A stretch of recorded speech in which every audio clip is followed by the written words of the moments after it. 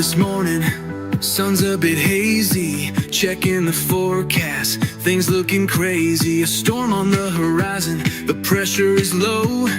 Gotta get moving, put on a show. The news is all buzzing, state of alert, but we've got a plan, we're ready to work. Emergency Management Associates, we're here for the crisis, we're here for the fates. From the first sign of trouble to the all clear sign, we're on the front lines, we're one of a kind. Emergency Management Associates, we're the calm in the chaos, we're opening gates, connecting the dots and making the calls. We're picking you up when you're starting to fall.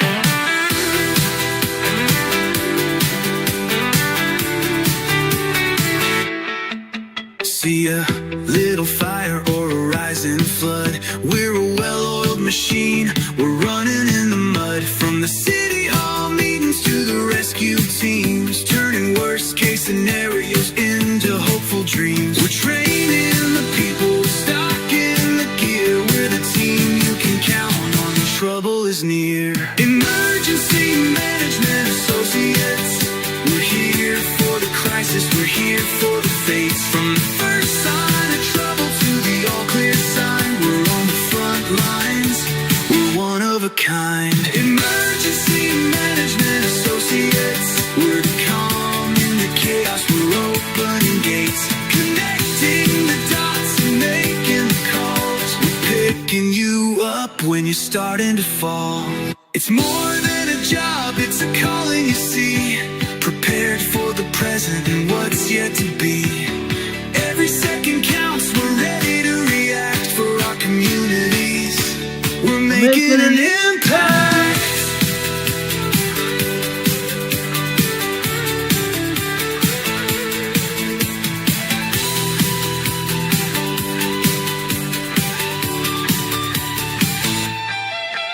Emergency Management Associates, we're here for the crisis, we're here for the fates. From the first sign of trouble to the all clear sign, we're on the front lines, we're one of a kind.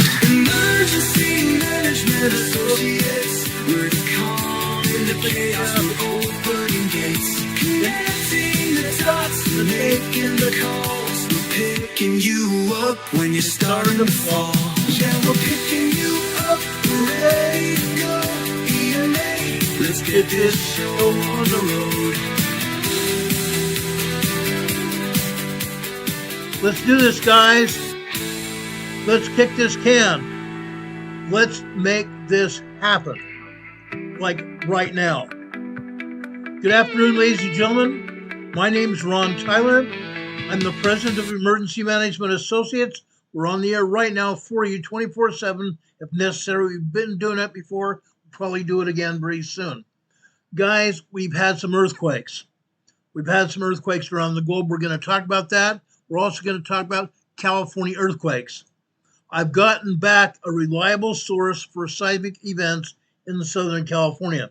So we're going to talk about earthquakes tonight in Southern California.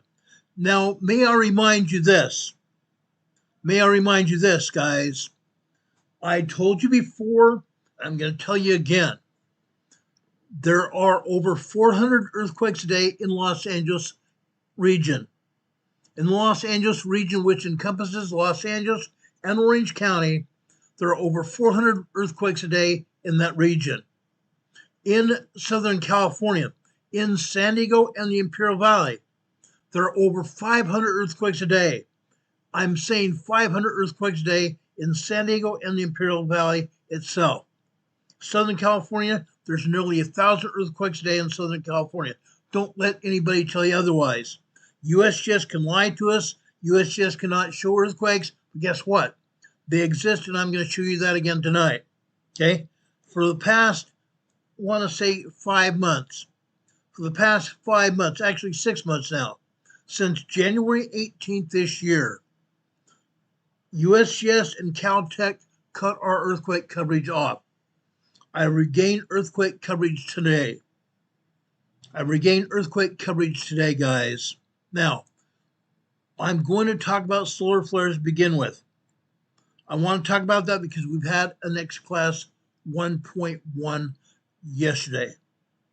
An X class 1.1 solar flare yesterday.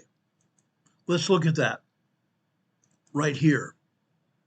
This is sunspot 4479 on the north Earth facing side of the sun. The north Earth facing side of the sun. Now, there is some consternation here. Scientists are saying we may only see a possible skip off the center of the Earth. It's not going to happen. This sunspot hit the Earth full bore. Full bore, guys. I'm telling you that right now. Full bore. Okay? Now, USGS can say whatever they want. It's wrong. It's wrong, guys. We got hit with an X class 1.1 solar flare yesterday. Okay? Guys, it happened. It does happen all the time, unfortunately. Unfortunately. Okay? Now, the sunspot unleashes that X class solar flare. Earthbound CME. Earthbound CME. Now, last night I had it on good authority that we could see auroras going all the way down into southern Florida and into Puerto Rico. I'm going to stand by that. Okay? Everywhere around the world, we may see auroras all around the world going to southern areas of the hemisphere where we've never seen them before. Okay? That powerful X 1.1 class halo CME, halo meaning it went like this. The CME went like this. A halo CME. Okay? It happened at 4:50 p.m. Eastern Daylight Time yesterday. 4:50 p.m. Eastern Daylight Time yesterday. Again, it originated from AR 4479 that I'm showing you right here. Okay? This solar flare was so large, it triggered strong R3 radio blackouts across parts of North America that were Earth facing. Parts of North America that were Earth facing the sun. Okay? Radio blackouts across parts of North America. Plasma radiation is expected to reach Earth by July 3rd. By July 3rd. Okay? That's Friday. That's Friday. Within 3 to 4 hours after this solar flare lit up, Earth got a X-ray radiation. Earth and the satellites orbiting Earth and also satellites orbiting the moon got a dose of X-ray radiation. Okay? Again, I'm going to tell you this, that the plasma radiation is expected to reach Earth by Friday, July 3rd. Now, some people are saying we may only see G2 to G5 geomagnetic storm forecasts. Okay, some people are saying maybe G2, but guys, I also have it on good authority that this is going to be a huge solar storm, meaning a G5 solar storm. Batten down the hatches, guys. I have done some research today that tells me that NASA is trying to put their satellites in upper Earth orbit. Upper Earth orbit, meaning higher than they are right now in low Earth orbit. Why? Because that plasma radiation, when it hits the sun, some satellites tend to deorbit. Some satellites around the Earth tend to deorbit because the plasma radiation hits them in such a powerful way where they deorbit satellites. So right now, NASA is preparing the satellites to go further up above in space. Okay, that's what's going on. Let's get into specific details and the impacts of the event. The solar flare facts. Classification is X 1.1 solar flare. X denotes the most intense category of solar flares. Again, the sunspot origin was 4479 that you see here on the sun. Okay? The burst of X-rays detected and reached the Earth in over 8 minutes. Just over 4 to 8 minutes. Okay? Now, that speed is huge. That speed that the X-ray radiation is traveling away from the sun is huge. A staggering 1,500 kilometers per second. A staggering 1,500 kilometers per second. Traveling at over 3.3 million miles per hour. That's huge. This solar flare caused temporary high-frequency radio signal degradation across the daylight side of the Earth. Radio signal degradation, meaning interruption. High-frequency radio transmission from police, fire, paramedic, and also ham radio operators was degraded yesterday after this solar flare hit. And in some instances, because we're still expecting the plasma radiation, in some instances, we may still see further radio signal degradation within the next 24 hours to 48 hours. Okay? Be aware of that, guys. If you are working with ham radios, or you are working for a police department, a fire department, or paramedics, you may experience radio signal degradation during the next 24 to 48 hours. Okay? That eruption, that 4479 solar sunspot eruption, launched a huge cloud of magnetic solar plasma out into space, a coronal mass ejection. Okay? Earth impact, because the CME is mostly traveling northward, some scientists believe it will be having a glancing blow to the Earth. That's not the case. That's not the case. If you look at where this solar flare was, where it originated from, it's not up on the upper part of the northern part of the sun. This is Earth facing. Earth facing, guys. Okay? This is not going to hit a glancing blow on the Earth. It's going to hit Earth facing full bore. The plasma radiation coming towards us is going to hit Earth full bore. Okay? For a moment. The resulting geomagnetic storm could bring northern lights into view for some northern states and Canada, and also down into Florida and Puerto Rico. Florida and Puerto Rico. And those auroras may continue for several days. Those auroras may continue for several days into possibly Sunday or Monday. Now, they may continue for longer periods than that. Why? Because we may also be getting more solar storms. We may also experience more CMEs. We already have. We've experienced C-class flares, M-class flares, R-class, and S-class flares as well. Those flares can also cause radio degradation and also cause auroras. Okay? Notice that. Now, the intense burst of X-ray radiation could harm plants, could also harm ourselves, our bodies, all living animals, dogs, cats, varmints of all kinds. Okay? They can also impair our brains from functioning in the normal manner that we function. Be aware of that. If you are maybe experience pain in your body or pain in the form of headaches, this may be the cause of it.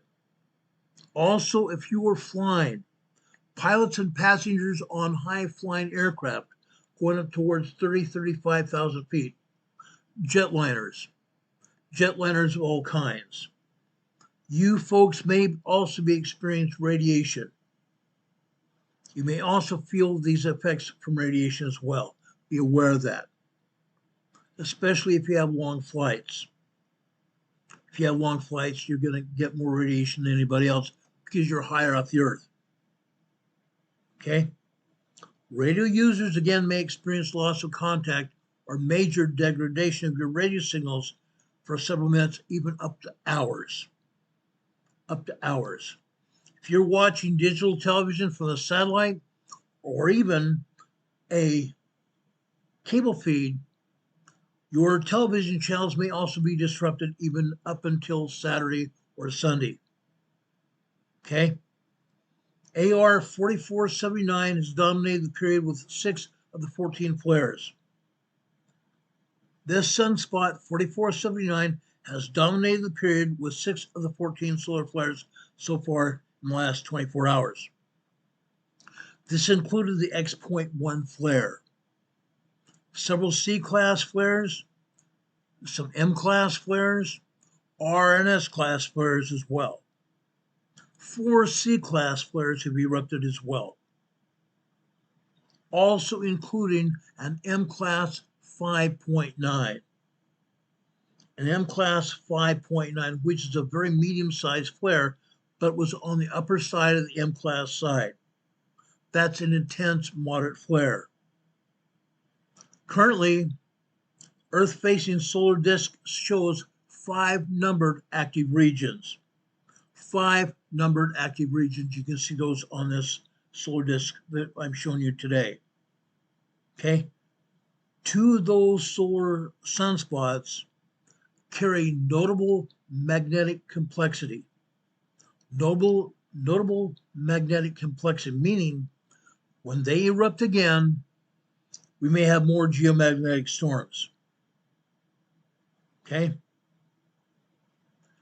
AR 4479 retains its maximum complexity with its magnetic configuration as it is. It was the undisputed lead solar flare producer for the last 24 hours. It still carries real potential for further significant eruptions. AR 4479 still carries with it the real potential for further significant eruptions. This solar flare is going to be with us for the next few days before it disappears to the backside of the sun again. It remains the largest region on the disk. It showed a slight growth in its intermediate area as well. And as it moves towards the center of the disk, its potential for Earth-facing blasts continues. It grows. It grows. Now, with that said, I want to talk about fires next. Fires, guys. Fires. Last night we talked about significant fires in the western United States. Fires are significant all around the globe. Europe, the southern hemisphere, is also experiencing fires. I want to specifically today talk about fires in the West right now. Okay? Yesterday we had 257 new fires that were reported nationwide, including 3 new large fires. Currently, firefighters are working to contain 51 uncontained large fires across the country. The national preparedness level is PL4. Preparedness level PL4, one of the highest levels that we have. Everybody that lives or works anywhere near these fires, you need to be on your best behavior. You need to be prepared. You need to be carrying an emergency preparedness kit in your car and on your person. You also need to be very much aware that you might face evacuation at a moment's notice. You might face evacuation on a moment's notice. The largest fire in the nation remains the Cottonwood Fire near Beaver, Utah, central Utah. Over 120,000 acres so far in central Utah burned. Firefighters continue to respond to active incidents across multiple geographic areas, while new large fire activity continued hot, dry, windy conditions. Hot, dry, windy conditions. That means low humidity. Low humidity, sparks of any kind, and high winds. Those 3 things are the biggest contributor to fires. Be very cautious, guys. Do not drive in grassy areas. Stay out of grassy areas with any kind of motorized vehicle. Stay out. Do not flick ashes from a cigarette or any other device out of your car. Do not do that. You will be arrested. You will be arrested. Law enforcement from every cotton picking city and county in the nation is on what they call red flag alert. They have units, they have police officers in private vehicles and in marked vehicles. They're ready to pull anybody over. They're ready to pull anybody over, guys. And the officers in private vehicles have the radios with them so they can get marked vehicles to their location within minutes. If you flick an ash or any other kind of light device into grassy areas, whether you start a fire or not, you will be arrested. You will be arrested. Okay? There's going to be hot, dry, and windy conditions in parts of the Great Basin, the Rocky Mountains, and southwest areas that are going to continue to support rapid fire growth. More than 9,000 personnel are currently assigned active incidents nationwide. 9,000 firefighting personnel are on duty nationwide. Predictive Services is issued a new fuels and fire behavior advisory for much of Colorado, southern Wyoming, Arizona, Nevada, Utah, and New Mexico. A fuels and fire behavior advisory for those states. This highlights critically dry fuels and the potential for increased fire activity as hot, dry, windy conditions prevail and persist. Fire managers, emergency managers, and the public should remain aware and constant awareness of local fire restrictions and elevated fire danger. The Fuels and Behavior Advisory that covers eastern Nevada, the Arizona Strip, and much of Utah remains as well. This highlights the unusually dry, live, and dead fuels in the region. Today marks day 2 of the National Wildland Fire Week of Remembrance. Day 2 of the National Wildland Fire Week of Remembrance. A time to honor those who lost their lives in the line of duty, while reflecting on lessons learned from serious events. Throughout this week, the National Wildfire Coordinating Group is going to share stories and lessons from 2016 fire season. That was a huge fire season, as you can remember. We invite everyone to follow along and learn about weather and learn about fire danger. Learn about fire danger. Now, Heather and Renee are here in the chat. They post information about thunderstorms and tornado warnings and alerts. Be very cognizant of this, guys. Be very cognizant of this. Thunderstorms can also possibly even have lightning. Lightning strike dry areas and also start fires. Southwest winds in excess of 12 to 25 miles per hour with gusts of 25 to 45 miles per hour and with a relative humidity of 3 to 15%. That means extra fire danger. Those kind of conditions are going to develop across the Four Corners area of Utah, Nevada, New Mexico, Colorado, and Arizona.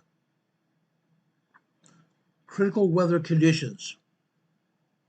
The strongest winds are likely in the Four Corners area to the southern Front Range of Colorado, including Denver. Front Range of the Rocky Mountains, including Denver. Even down in Colorado Springs and down into southern Colorado near Pueblo County. Isolated dry thunderstorms will likely develop from central and eastern New Mexico as well into the northern Front Range of Colorado, the central high plains this weekend, and even starting with this afternoon. We expect fully to have several new ignitions likely. We expect to have several new fire ignitions likely. Unfortunately, farther to the north and west, cooler temperatures will continue for California into the northwestern United States. Scattered showers and thunderstorms are going to develop in the northern Great Basin to the northern Rockies. Well above normal temperatures are expected in the Great Lakes, but relative humidity will likely remain elevated, and green up will help mitigate that. Green up conditions, including rain and moisture, are going to help mitigate that. Now, we are ready to expect isolated and scattered showers and thunderstorms to develop through the Central Plains in the Great Lakes and the Northeast, as well with scattered thunderstorms along the North Gulf Coast into Florida.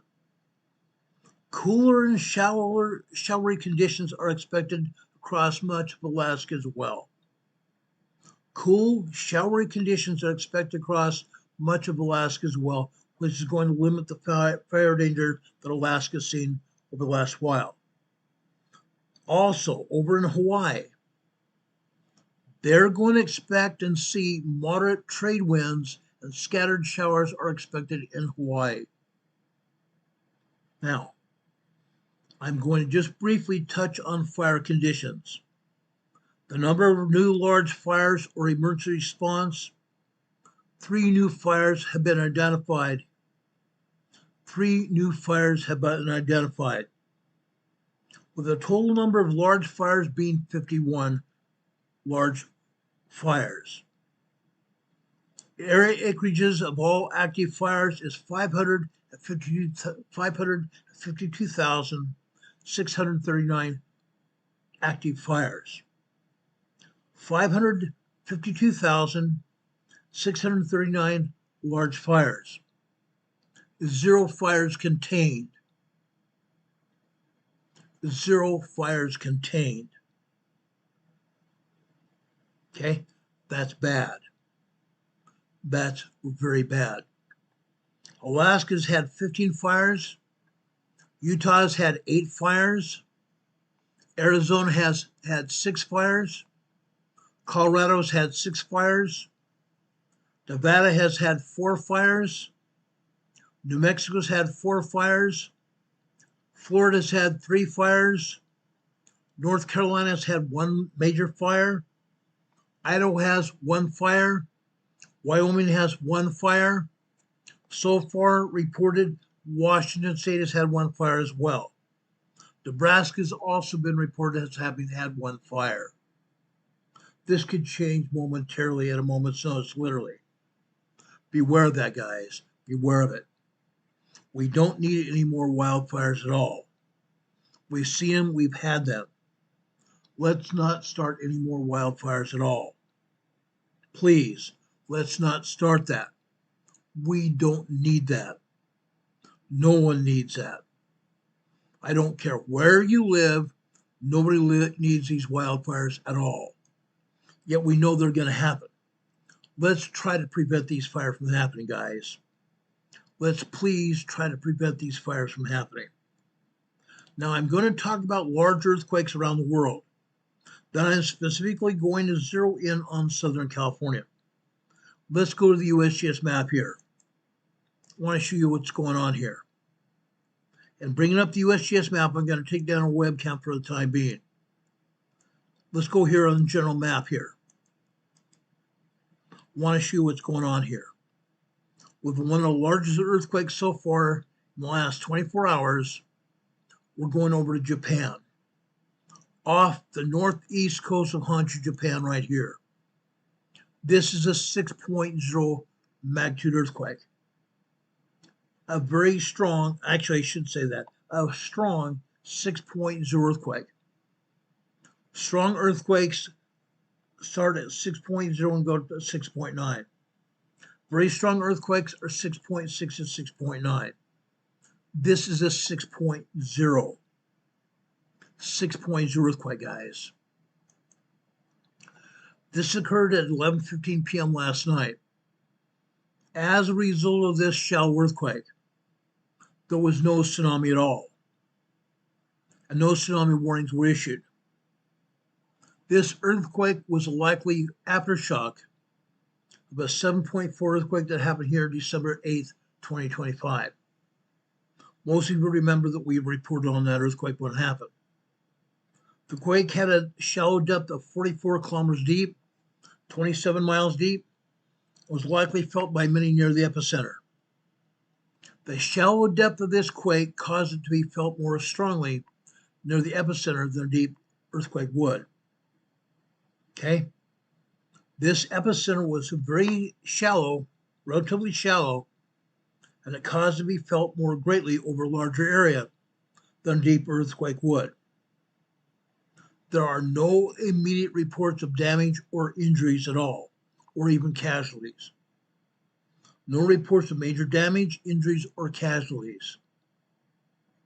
The L trains and subway systems on Japan here in Honshu had to stop for a time while the tracks were checked for any possible deviation in tracks. They have been up and running since early this morning. Okay? That was in Japan.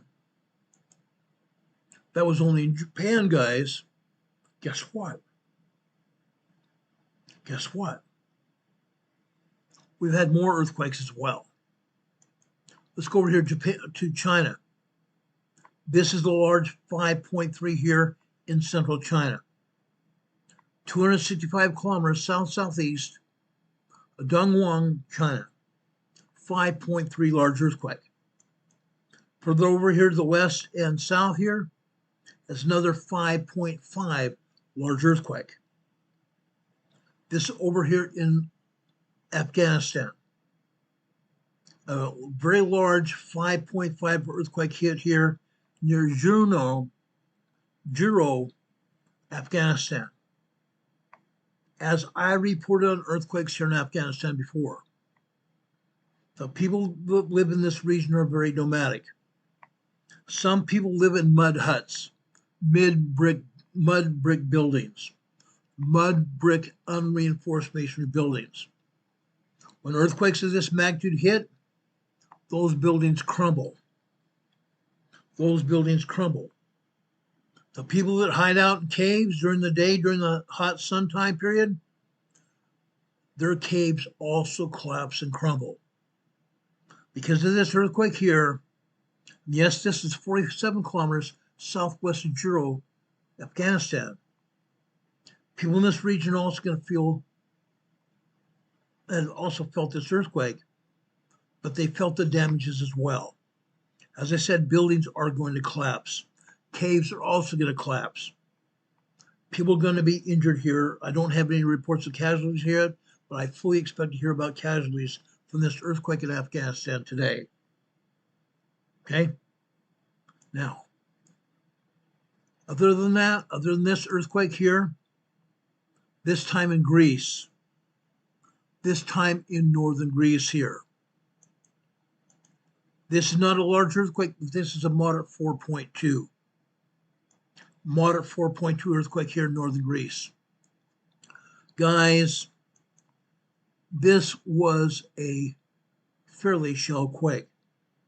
95 kilometers deep, about 50 miles deep here. 4.2 earthquake here, 7 kilometers, just about 3.5 miles east-southeast of Aveyah, Greece. This is a moderate earthquake here, guys. Moderate earthquakes do a lot of damage even here in outlying Greece here. Okay? Now, USGS is not showing any other earthquakes here in Greece. There are a lot of earthquakes here in Greece. There are about 35, 40 earthquakes here in Greece today. USGS shows one. They show one. Here in Turkey, here in Turkey, over 78 earthquakes here in Turkey. 70 earthquakes here in Turkey, northern Turkey, central Turkey, and southern Turkey here, also here in western Turkey as well. Go over here to eastern Turkey. Eastern Turkey near the Syria border. We have 34 earthquakes here. Almost every day we have 34, 50 earthquakes here every day. Earthquakes here at the Syria-Turkey border are a direct result of an earthquake here that was a 9.0, 10.0 earthquake here, February 3rd, 2023, 3 years ago. These are aftershocks here. 34 aftershocks here in the Turkey-Syria border region. Aftershocks here of a 9.0, 10.0 earthquake 3 years ago. That's what happens when you have a major earthquake like that. For those people that are new to this channel, guess what? That also resulted in a 14-mile-long fissure that opened up. A 14-mile-long fissure that opened up in the earth that was 18 stories deep. You could fit a tall skyscraper in that fissure, 18 stories high in that fissure. That's what happens when you have a major earthquake of this magnitude. Okay? It happens. Unfortunately, all too frequently. All too frequently. Now again, USGS is not reporting earthquakes at all here in Europe, except for that earthquake in northern Greece. They are false impressions here. Earthquakes all over Europe. Earthquakes all over Europe, guys. I'm talking hundreds of earthquakes all over Europe. Literally all over Europe. We're talking over in Poland. We're talking about Germany, Switzerland, Ukraine, France, Spain, even over here into northern British Crown rule in Wales and Scotland. Tremors in Wales and Scotland. Over here in Scandinavia as well. Norway and Sweden have experienced tremors and minor earthquakes here. Tremors and minor earthquakes in Norway and Sweden here. Let's go up here to the north here. Right here. Small.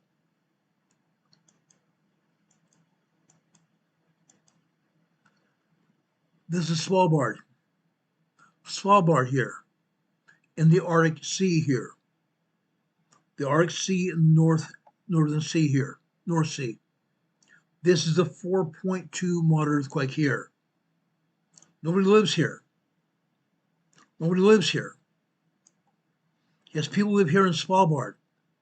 But this earthquake was off in the ocean here. Nobody felt this earthquake because the ocean waters absorbed the shock waves of the quake. Okay? Now, I want to go over here to South America real quick.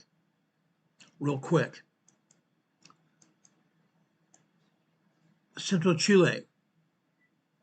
USGS is reporting 44 earthquakes, or not 44, a 4.4 earthquake here in central Chile. 15 kilometers, unreal. 15 kilometers, approximately 8 miles, 7.5, 8 miles, northeast of Toma, Chile. There are 14 earthquakes here in central Chile. 14 here in central Chile. We have an earthquake in Argentina. This is a 4.4 here near Capilla del Monte, Argentina. But these two earthquakes are not the only earthquakes in Argentina or Chile. We have 28 earthquakes here in northern Chile here. 28 earthquakes, guys. 28. USGS is reporting a 4.5 here. Olegé, Chile. 4.5 moderate earthquake here. Guys, this is a moderately deep earthquake. 171 miles deep. I should say deep. 171 kilometers deep. moderately deep earthquake here. But guys, considering all the other earthquakes in here, this is nothing. This is nothing. We've had 4.5s, we've had 4.7s, even a 4.9 earthquake here in northern Chile.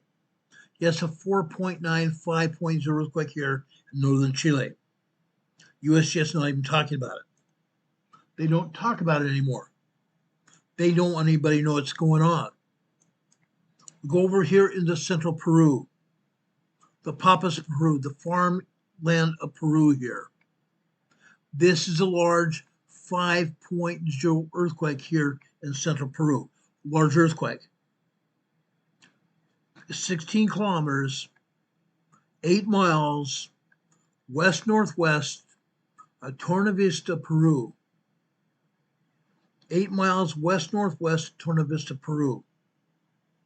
There are other aftershocks as well. USGS is not reporting them.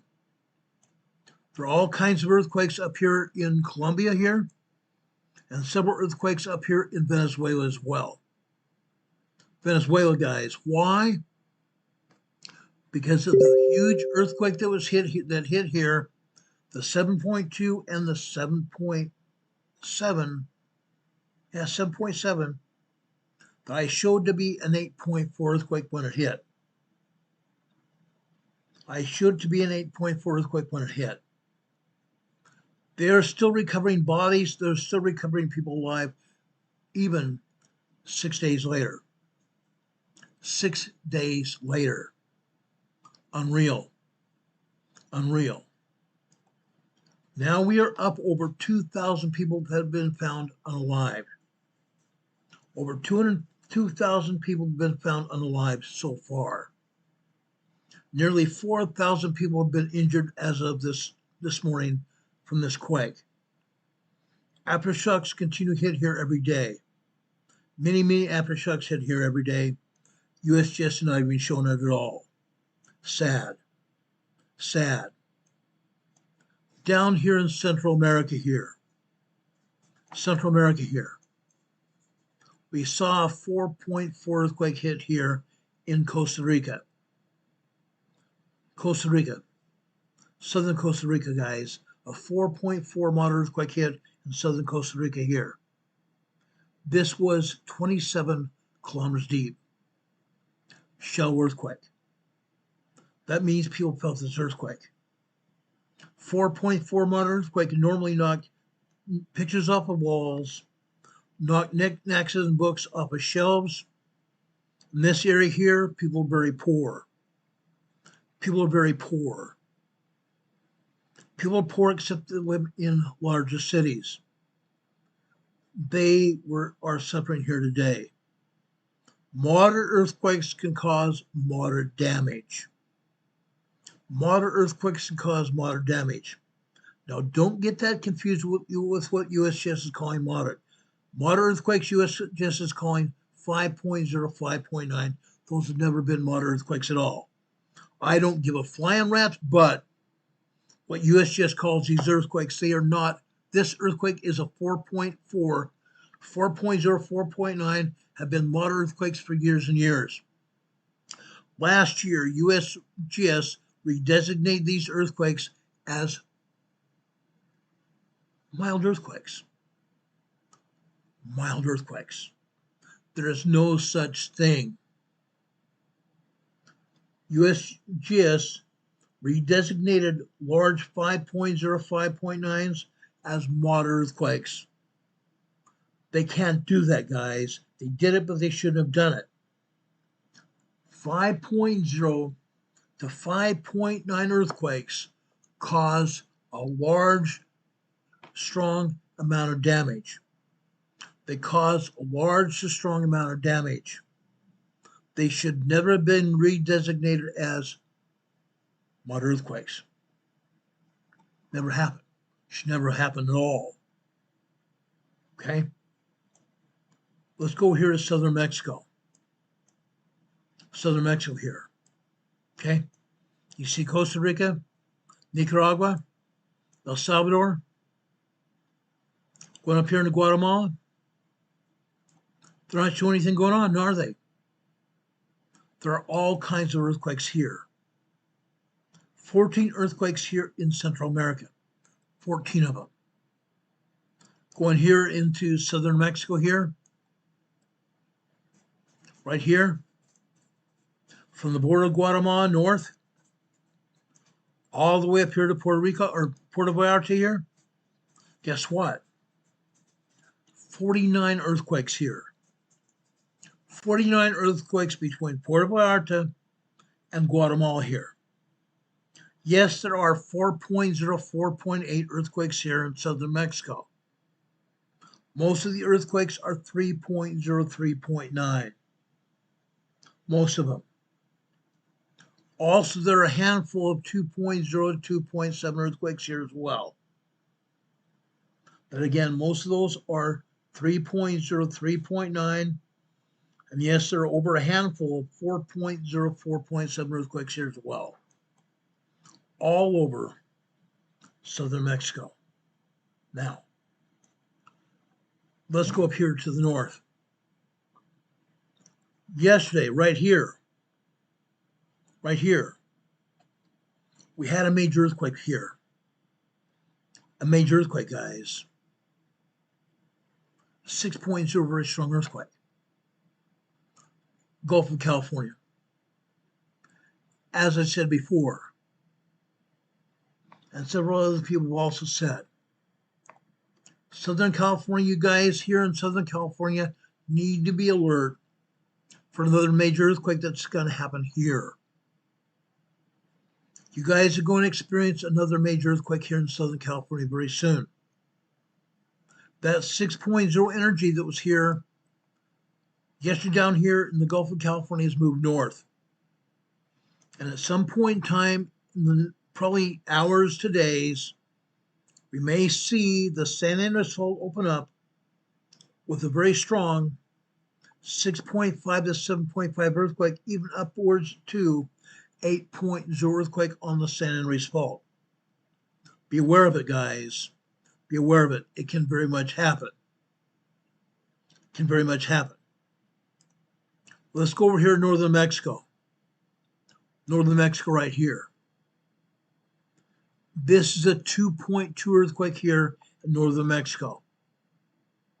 18 kilometers west-northwest of Alberto Veto Mota, Baja California. This one here. This is the 1.8 tremor here. Near Delta, Baja California, Mexico. This was a 1.8 tremor here. This is a 2.7 minor earthquake. 2.7 minor earthquake. Let's talk to you about what happened here and what can happen here. Okay? Right up here, we have a volcano, guys. We have Cerro Prieto volcano here. All of the volcanoes worldwide are active. All the volcanoes worldwide are active. Even Cerro Prieto volcano is vibrating. Vibrating. Tremors, minor earthquakes are happening here almost every day. You notice this volcano has a phoenix carved into the summit of the volcano. That's how you know it's the Cerro Prieto volcano. It has a phoenix carved in the summit of the volcano. Why do I want to talk about this? Because down here to the west and down here to the southeast here, men have drilled into the upper magma chambers of the Cerro Prieto volcano to obtain steam to power turbines down here in Mexico to provide power for the people here in northern Mexico. Right here, guys, there's a turbine facility right here. A turbine facility right here where men have drilled into the crust of the earth, gone over the volcano to obtain steam from the volcano to power turbines here to generate electricity for the people here in northern Mexico. And guess what? When that happens, we experience earthquakes here. USGS never tells us about all the earthquakes here. Occasionally they'll show an earthquake here, but rarely do they ever show earthquakes here. They've shown 2 earthquakes here today. A minor earthquake and a tremor here. Now, given that, look where the San Andreas Fault is. Okay? Down here in the Gulf of California here, yesterday we had a 6.0 earthquake. Strong earthquake on the San Andreas Fault. You see the San Andreas Fault here going through the Gulf of California here? Going up through northern Mexico here? Right up close to those earthquakes? Yes, this fault may have caused those earthquakes here. Going over into the United States, the Imperial Valley of California. The Imperial Valley of California, guys. Today, I'm going to show you earthquakes here. I'm going to show you earthquakes here. Look at Holtville here, guys. There's a seismograph in Holtville here. The seismograph here in Holtville is located at the Salton Sea Desert Research Station here in Holtville. I'm going to show you earthquakes and tremors here in Holtville today. Okay? Let's move over here to El Centro. El Centro has a seismograph here. I'm going to show you 3.0, 3.5 earthquakes here in El Centro. There are 7 to 8 3.0, 3.5 earthquakes here in El Centro today. Today, guys, as I said before, we've seen as many as 9 3.0 earthquakes here in El Centro every day. Literally every day. Notice the town of Imperial here. I'm going to show you tremors and earthquakes here in the town of Imperial. Imperial also has a seismograph that is available to us. Now, let's go north here. Brawley does not have a seismograph here, but occasionally USGS will show us earthquakes here in Brawley, California. Up to the northwest here, Westmoreland used to have a seismograph here. Presently, they have turned this seismograph off. I hope they'll turn it back on very soon, because Westmoreland has reported earthquakes here as well. Let's go over here, across here, to the northeastern part of the Imperial Valley here. Calipatria, California. There's a seismograph here in Calipatria. You're going to see about 125 earthquakes here in Calipatria today. 125 earthquakes here in Calipatria today. Unreal, guys. Uncaught picking real. No joke. No joke. Okay? Now let's go back here and show you the San Andreas Fault here. The San Andreas Fault runs right through the center of the Imperial Valley here. Right through the center of the Imperial Valley here. Then it goes underneath the southern part of the Salton Sea here. Goes underneath the Salton Sea and reappears at what? Bombay Beach. Bombay Beach here, guys. Right here. Right here, I'm going to show you 3.5 to 4.0 earthquakes today here at Bombay Beach. A lot of them. A lot of them. Typically, we see anywhere from 10 to 20 3.0 to 4.5 earthquakes here in Bombay Beach every day. Every day. The reason? The San Andreas Fault right here. The San Andreas Fault right here. Bombay Beach earthquakes. The next place I'm also going to tell you and take you to is North Shore Salton Sea. North Shore Salton Sea right here. There's a seismograph here. On this seismograph, you're going to see long duration tremor activity. Long duration tremor activity. The San Andreas Fault is showing tremor activity here in North Shore Salton Sea. Let me tell you about another couple places here. Right up here. Right up here. Guys, this is typically where we see Salton Sea Beach. Salton Sea Beach. Desert Shore Salton Sea here. There is a seismograph here, but it's not showing anything at all. Nothing. Possibly because they've turned the seismograph down. They've turned the seismograph down. Not showing much of anything. Let's go over here. See some earthquakes here, guys? Down here, just north of Interstate 8 here. Interstate 8 runs from the seashore at San Diego all the way out here into Arizona. Interstate 8. Crossing through the Salton out here in the Imperial Valley. Crossing down here into El Centro area here. And over into Arizona here. Okay, Interstate 8. North of Interstate 8 here, guess what? Earthquakes. Ocotillo Wells. This is a 1.0 tremor here, Ocotillo Park, California.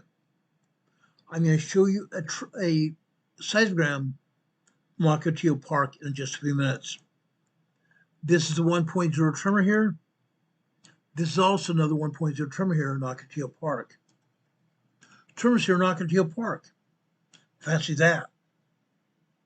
Fancy that. Ocotillo Wells here. This is a 0.5 microquake here in Ocotillo Wells. Right here is a 0.9 microquake 1.0 tremor. Again, USGS likes to downgrade earthquakes to nearest 0.9. They have this listed as 0.9 microquake, but it's probably a tremor, at least a 1.0 tremor here. That's why I say that. The 0.9 microquake to 1.0 tremor here. Right here to the west. To the west here. They're saying this is Borrego Springs. Borrego Springs here, guys. They're calling this a 0.8 microquake. That's interesting. Remember these numbers when I show you the seismogram of Borrego Springs. Okay? This also is a 0.6 southwest of Oasis, California. Yes, guys, there is a desert oasis down here in California, in the Imperial Valley. It is an oasis with water, palm trees and grass here in the middle of the desert. An oasis here. Down here in Oasis, California here, it's serviced by an aquifer, an underground aquifer here. That's why it is an oasis here. An oasis here. This is a 0.6 microquake here. Going further northwest here, Borrego Springs again. 1.2 tremor here, 1.5 tremor here, 1.2 tremor here, Borrego Springs, California. To the north here, also Borrego Springs here. This is a 0.6 microquake. This is 0.9 microquake, 1.0 tremor here. Going up to the north here, this is where it comes into the Anza Borrego Desert State Park. Anza Borrego Desert State Park. It's a state park here in California, northeast San Diego County. Northeast San Diego County, guys. When I show you the seismogram from Borrego Springs, note these earthquakes. Note these earthquakes. I think you're going to be really surprised what the seismogram says for Borrego Springs and the Anza Borrego Desert State Park. Let's go up further to the north here. and Zabrego Desert State Park. Again, a 0.8 microquake here. Down to the south here is 0.6 also in the Zabrego Desert State Park. This is a 0.6 microquake here. This is a 0.8 microquake here. Anza Borrego Desert State Park. We go over here to the west. I just love this, guys. I love it. I eat it up. Down here, okay, we had almost 50 people watching our video here, down to 34 people watching. They don't want to see earthquakes here in San Diego County, in the Imperial Valley, or even Los Angeles. Guys, we have earthquakes. That's why we're here. You may not want to be watching, but you should. You should be watching, paying attention. This earthquake right here, Lake Henshaw, 5 kilometers, 2.5 miles northwest of Lake Henshaw. Northwest of Lake Henshaw here. Look at this, guys. Watch this. See where Lake Henshaw is right here? This is not northwest of Lake Henshaw at all. It is north of Lake Henshaw here. A 0.6 microquake here. A 0.6 microquake. Now, when I show you the diagram at Lake Henshaw, guess what? They're not going to show you anything at all. They're not going to show you a microquake. They're not going to show you tremors at all here at Lake Henshaw. Also be advised, Lake Henshaw is just northeast of where? Northeast of Escondido. Northeast of Escondido. I used to live in Escondido, guys. I used to drive up here to Lake Henshaw to go fishing. I pulled, I don't know how many brown trout out of Lake Henshaw. Lake Henshaw is one of my favorite fishing spots here in San Diego County. Let's scroll back out here. Out here. Right here. One of the places I also used to live, right here, Lakeside, California. Here in Lakeside, California, we have an earthquake. A tremor, but still an earthquake. Here in Lakeside, they have a population maybe 18,000, 20,000 people. 18 to 20,000 people here. Lake Henshaw, California. This is a 1.3 tremor here. North of the town of Lakeside. North of the town of Lakeside. You see the San Vicente Reservoir here? Also, this is Lakeside as well. The San Vicente Reservoir is in Lakeside as well. Okay? Notice also here at San Vicente Reservoir. Guess what they have here? They have an island here. They have an island, guys. It is said this was a volcano at some point in time, but now this is not an active volcano, they say. They say this is not an active volcano at all. San Vicente Reservoir. Okay? I'm going to back out here. I'm going to go north here. See Escondido here? I'm going to go north here. Palomar Mountain. The Palomar Observatory here, guys. The Palomar Mountain Observatory. This houses one of the most powerful telescopes in the world. The Hale Telescope. Hale Telescope. USGS is saying this is 5 kilometers west of Palomar Mountain. West of the Palomar Observatory. Guess what? Guess what, guys? Guess what? It is north of Palomar Observatory, not west of Palomar Observatory at all. North of Palomar Observatory. Palomar Observatory is right here. Right here, guys. I've been at Palomar Observatory many times. I've been there, done that. I've camped out here at Palomar Observatory many times. They won't let me get close enough to show you the buildings here at Palomar Observatory. They're here. They're here. This supposedly is 2.5 miles, 5 kilometers west of Palomar. At 0.6 microquake here. But I'm going to show you the seismogram here from Palomar Observatory. Guess what? Nothing. Not a microquake, not a tremor, not an earthquake at all. They're not showing anything at all. Incredible.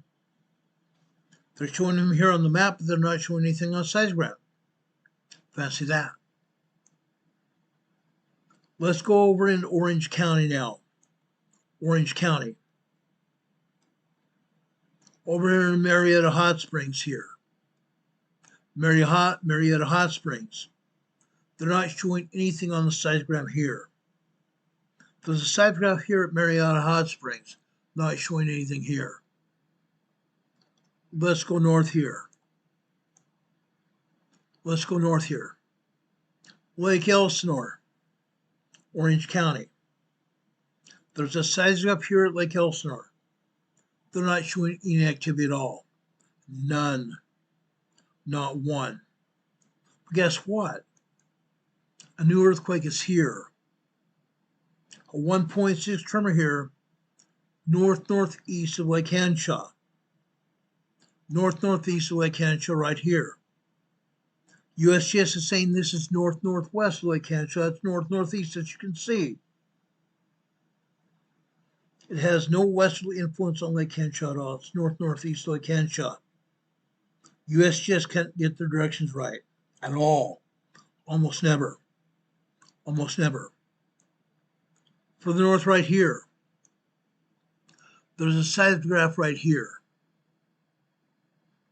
I don't have any activity here, but we have earthquakes here, I guarantee it. We have earthquakes here in the Temescal Valley. Guaranteed. Guaranteed earthquakes here. Okay? Now, see Menifee here? See Menifee here? Menifee is Orange County. USGS is listing this at Winchester, California. It may very well be in Winchester, California. Menifee's out to the west. There's a lake here, guys. Pires Lake. This is a 0.7 microquake. USGS not showing anything on seismograms at all. Nothing on seismograms at all. Out here in Hemet. In just a few minutes, I'm going to show you seismograms here in Hemet. There are all kinds of activity here in Hemet. All kinds of activity here in Hemet, guys. USGS doesn't show anything on the map. Why not? Why not? Why not?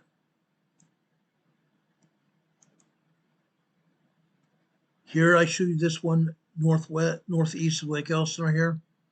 1.6 tremor here. Let's go north.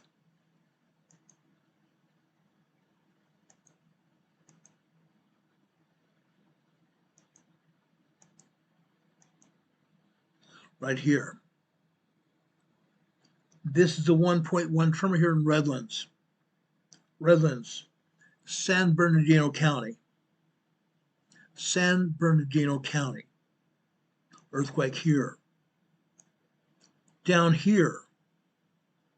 This earthquake here in the Redlands. This earthquake right here. Banning, California. The San Jacinto Fault. The San Jacinto Fault. Out here to the east, the San Andreas Fault here in Cabazon. Cabazon. USGS is showing a 0.8 microquake here in Cabazon. Guess what? They do not have just microquakes here. They have full-blown tremors here in Cabazon on the San Andreas Fault. Full-blown tremors here in Cabazon on the San Andreas Fault here. Going north here, Banning, California here. 12 kilometers northeast of Banning here on the San Andreas Fault. The San Andreas Fault. Northeast of the San Andreas here, Big Bear, California. 1.0 tremor here. Going to the north here, Running Springs, California. Is 0.8 microquake here. Going to the west here, Fontana. Fontana, guys, USGS is showing a microquake here in Fontana. Guess what, guys? We have more than just microquakes here in Fontana. They're showing one microquake. There are all kinds of microquakes here. Probably close to 100 microquakes here. Yes, we do have tremors here in Fontana. Yes, we do have minor earthquakes here in Fontana. 2.0, 2.9 earthquakes here in Fontana. Guess what, guys? We have at least 2 3.0 small earthquakes here in Fontana today. I've got data on those earthquakes. I have data on those earthquakes, guys. USGS is lying to the public. They are out and out lying to the public. All over this area, we have earthquakes. Ontario, Pomona, Glendora, West Covina, El Monte, Arcadia, Pasadena, where the NASA has the Jet Propulsion Laboratory. Tremors and earthquakes there. Glendale, Hollywood, Burbank. Tremors and earthquakes occurring in the Hollywood, Burbank area. All over this area, guys. Los Angeles. All over Los Angeles and west Los Angeles also. I'm going to show you earthquakes here in just a minute. Be prepared, guys. There are earthquakes all over this area. I'm going to show them to you. I'm going to show you these earthquakes. Huntington Park, Downey, Inglewood, Norwalk, Anaheim. Yes, Anaheim, guys. And down here in Long Beach as well. Yes, there's a seismograph over here in Rancho Palos Verdes. It's not showing much of anything.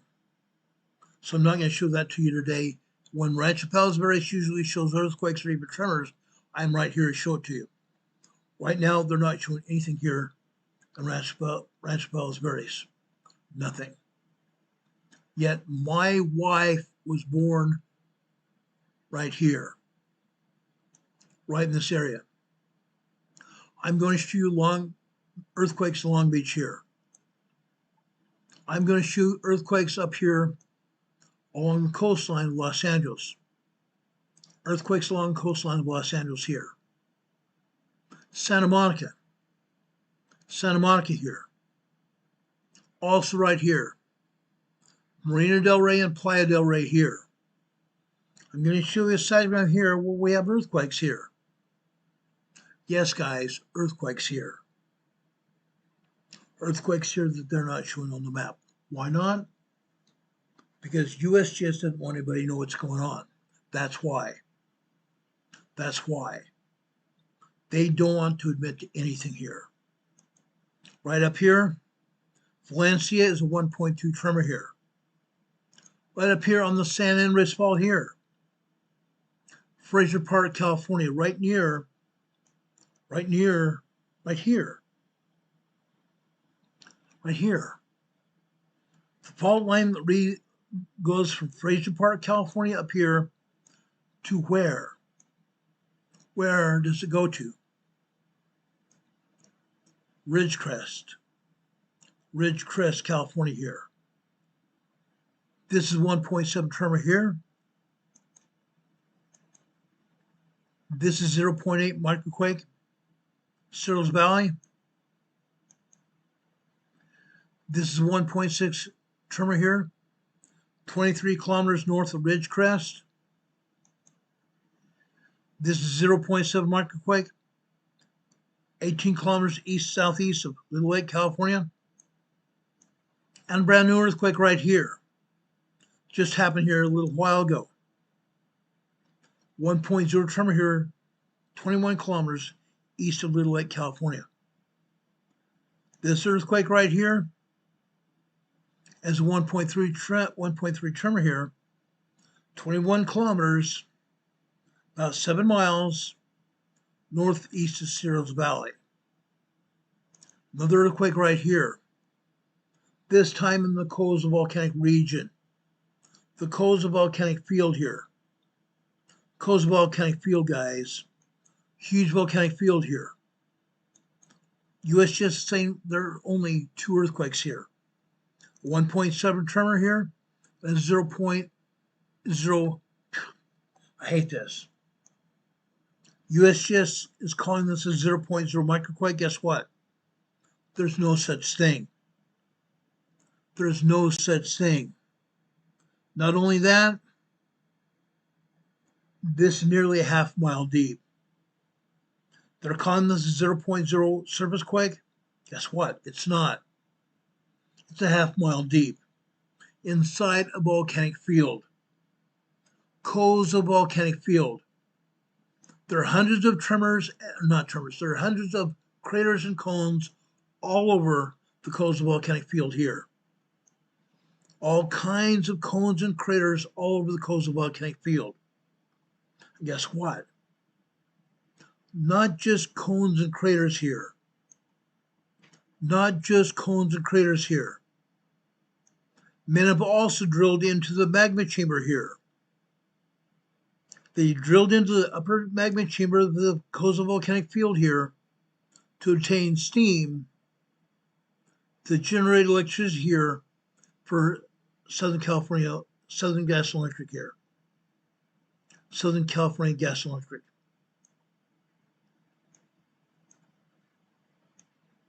Right now I'm trying to find one of those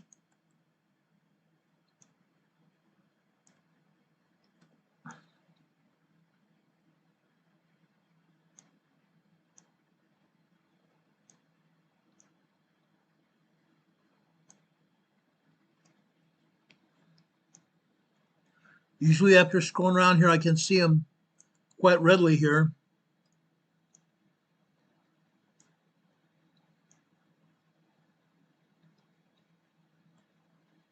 But apparently USGS didn't want us to show them here.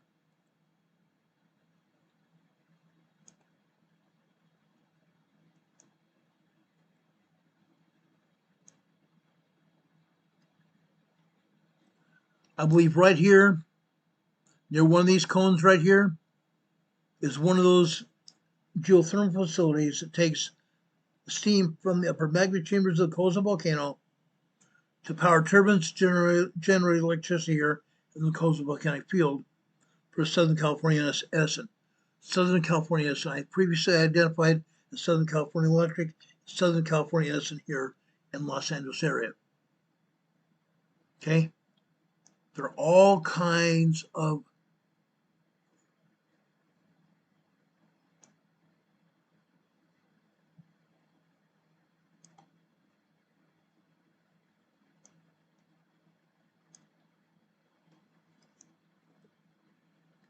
this is geothermal field, guys. I wish they would allow me to show you these stations out here. There's one of them right there. There's one of them right there. Each of these platforms here contains 4 turbines here. 4 turbines. Meaning there's 12 turbines in this facility here. Along the roadways here, they have PVC pipe leading away from the fields here. See this field here? This is the field where they have fingers drilling into the upper magma chambers of the volcano to tap into the steam here from the volcano. And the steam is pumped over here to the turbine facility here, where it's cleaned up, put in here to the turbines to generate electricity here in the Coastal Volcanic Field. I believe there's 45 turbines in the Coastal Volcanic Field right now. 45 turbines in the Coastal Volcanic Field right now. You're just seeing 12 of them right here. Notice the ponds here. These ponds are where they eject treated sewage here into the upper magma chambers of the volcano to create steam to power the turbines here. They inject treated sewage just like they do it in Texas to obtain oil and gas. Here they do it to obtain steam from the volcano here. That's why you see these ponds out here in the middle of the desert. Middle of the desert, guys. One time I was out here going north towards Vegas. There's a highway here. Interstate 15 runs here. Interstate 15 runs here. It used to be 15, now it's Interstate 395. Or State Highway 395. Used to be Interstate 15 going towards Vegas. Over here, there's also a gas station here.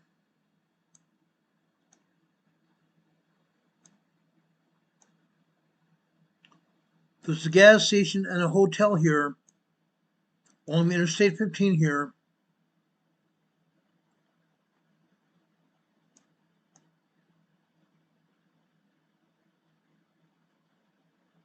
Anyway, there's a gas station here,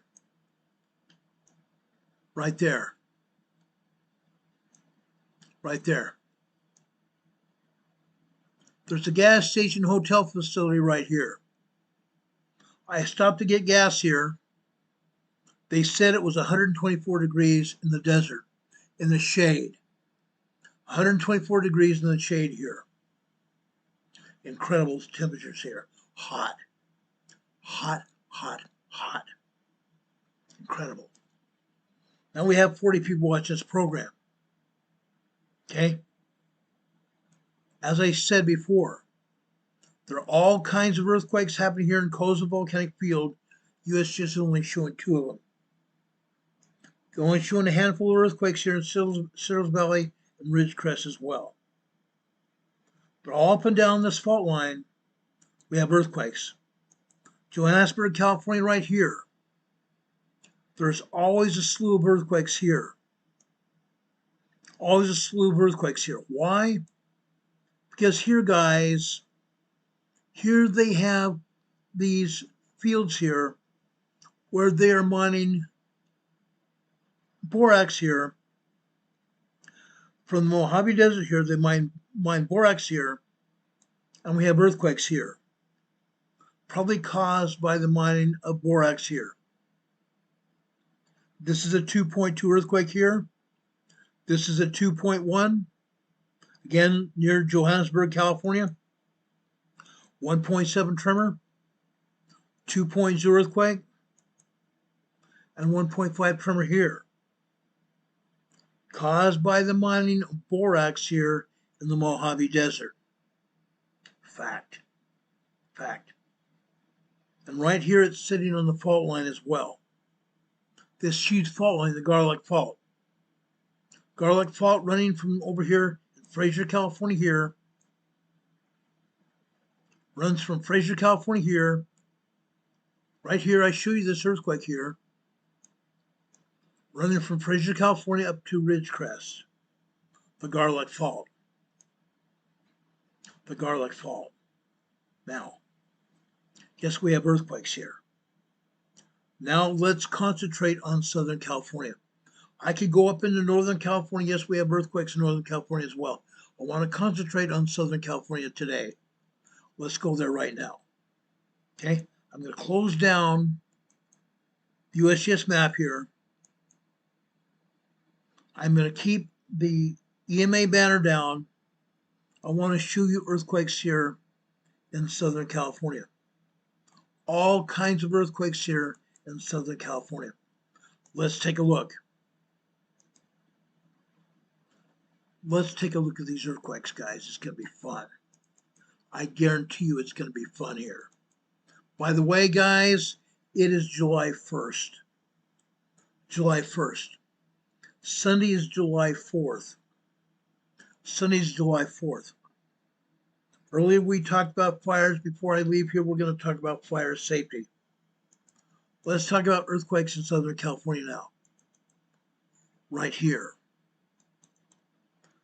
Los Angeles, Baldwin Hills. This is the oil refinery, Baldwin Hills, California. Los Angeles. All they're showing here are tiny minor earthquakes. 1.0 to 1.2 minor earthquakes here. Tremors, not minor earthquakes, but tremors. 1.0, 1.2 tremors here in the Baldwin Hills. They're pumping oil out of the Baldwin Hills here in Los Angeles. Guys, usually we see more tremors here than we see here today. Okay? Let's go over the coastline. Channel Island. Channel Island, guys. Look what we see here. Look what we see here. Yes, we see a lot of tremors here. Lots and lots of tremors. Occasionally we'll see 2.0 earthquakes here. Today I don't see any 2.0 earthquakes. I see a lot of 1.8, 1.9 tremors here. I see a lot of 1.2, 1.3 tremors here. But no, well, actually right here. Just after midnight last night. After 12:16 a.m. last night right here. See where it says 0000? That's midnight last night. On the black line, all we see are tremors here. Just after 12:16 a.m. this morning. This may have been a 2.0 earthquake here. That may have been a 2.0 earthquake here. Then we come down here to just after 1:48 a.m. this morning. This earthquake was probably a 2.5 minor earthquake here. 2.5 minor earthquake here. Okay? Channel Island. Channel Island, guys. Channel Island is a resort island off of Los Angeles. A resort island off of Los Angeles. We have tremors and minor earthquakes here. Yes, earlier this year we had 3.0 earthquakes. Earlier this year we had 3.0 earthquakes, and quite often we had 3.0 earthquakes last year as well. Channel Islands, guys.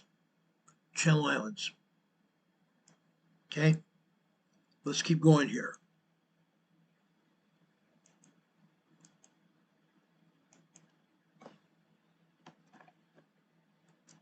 Just a second.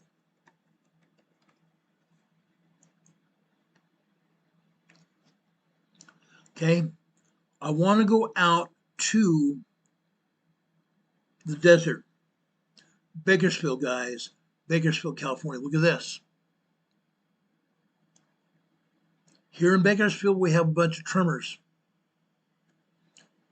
Before this last year, before January 18th, we had minor 2.0, 2.8 earthquakes here in Bakersfield, California. All we see here are tremors. 1.0 to 2 or 1.0 to 1.4, 1.5 tremors here in Bakersfield, California. This is at University of California, Bakersfield.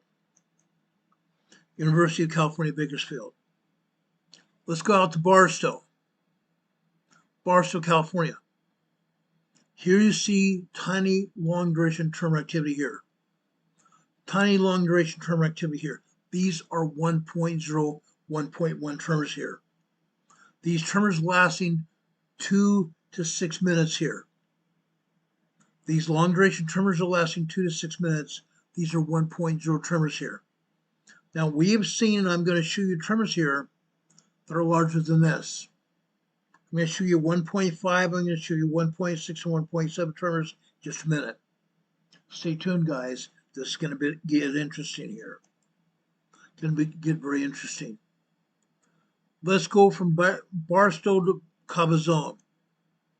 I showed you Cabazon on the map, or USGS said we had a microquake. Look at this, guys. This is a seismogram coming from Cabazon, the desert area. Desert area just below San Bernardino Mountains area, okay? Desert area here. These are long duration term activity building into 2.0, 2.2, 2.3 earthquakes here. Long duration term activity building into 2.0 to 2.2 earthquake, except right here. After 1:18 a.m. this morning on this red line. Starting off 117, 1.0, 1.1 tremors. We went over here 118. All of a sudden became 1.2, 1.3 tremors. Building up to 2.4, 2.5 earthquake here. 2.4, 2.5 earthquake here. Then back down to 2.0 earthquakes. Then tremors again. Cabazon, California, guys. And yet USGS would have us believe we have just microquakes here. Again, this is another example of USGS lying to the public. They know darn well what's happening here. They know darn well what's happening here all over Southern California, but they're not talking about it. They don't want to admit anything. They want plausible deniability. They want plausible deniability when we have a 8.0, 9.0 earthquake here. We didn't realize it was going to happen. There was no indication of it. Really? I'm showing you activity right now on the San Andreas Fault, guys. On the San Andreas Fault here in Cabazon, we have seismic activity. Tremors and minor earthquakes here. Tremors and minor earthquakes. Let's go north to Chino, California. Chino, California, guys. Here they're showing us nothing but microquakes and tremors here. Microquakes and tremors here. Prior to January 18th, when they turned off the seismographs, we're showing you minor earthquakes here in Chino. Now, all they're showing us are microquakes and tremors here. That's all fine and good. But I have a feeling we also have minor earthquakes here as well. Now, I have a friend there named Art. Art and his wife have lived in Chino for a very long time. He's a former Marine Corps Marine. I think he was a sergeant, if I'm not mistaken. Very good friend of mine. I met him at Camp Pendleton in San Diego County. Art lives there. He's been telling me, I had a telephone call from him about a month ago. He's been telling me that he's felt earthquakes here. He's felt earthquakes here. Normally, nobody can feel earthquakes except if they are over 3.0. Art says they're at least a 3.0 earthquake here in Chino. Yet USGS doesn't want to show it to us. They don't want to show us what's going on here. Okay? Chino, California. Let's go out to the desert area of Rancho Mirage, California. Rancho Mirage. Out here near the San Andreas. Rancho Mirage here. Here at Rancho Mirage, we are seeing tremors here. 1.0, 1.3 tremors here. Rancho Mirage, California. Last night and this morning. Last night and this morning, guys. Last night, the seismogram started showing us details after 5 p.m. last night. From 5 p.m. last night to 5 a.m. this morning. 12-hour time period. From 5 p.m. to 5 a.m. last night. Southern California. Okay? Victorville, also on the San Andreas. We have one of our EMA family members that I am very fond of, my dear friend Aveyah's granny here. Here we have seen minor earthquakes, and I believe we've had our share of 2.0 minor earthquakes. 2.0 minor earthquakes right here last night. after 9:18 p.m. on this red line here. This is a 2.7, 2.8 earthquake. 2.7, 2.8 earthquake here in Victorville, California. On this blue line here, this blue line is 10:30 p.m. on the left-hand side. Here we're talking about 1, 2, 3, 4, 5, 6, 7, 8. 8 minutes later,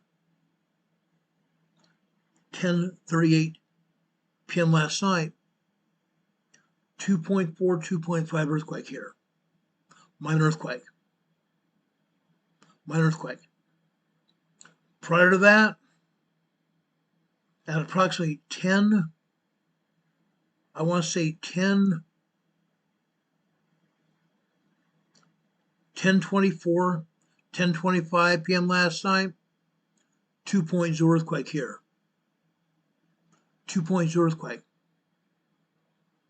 Then you see 2300 on the left-hand side in this black line. We go over to the right here. Approximately 11:13 p.m. last night. 2.7, 2.8 earthquake right here on the black line. Okay? 11:13 p.m. last night. 2.7, 2.8 earthquake right here. Victorville, California. Okay? Then, after 12:45 a.m. this morning, here on the green line here, 12:46 a.m. this morning, tremor activity. Tremor activity. Sorry about that. Let me get a drink of water here.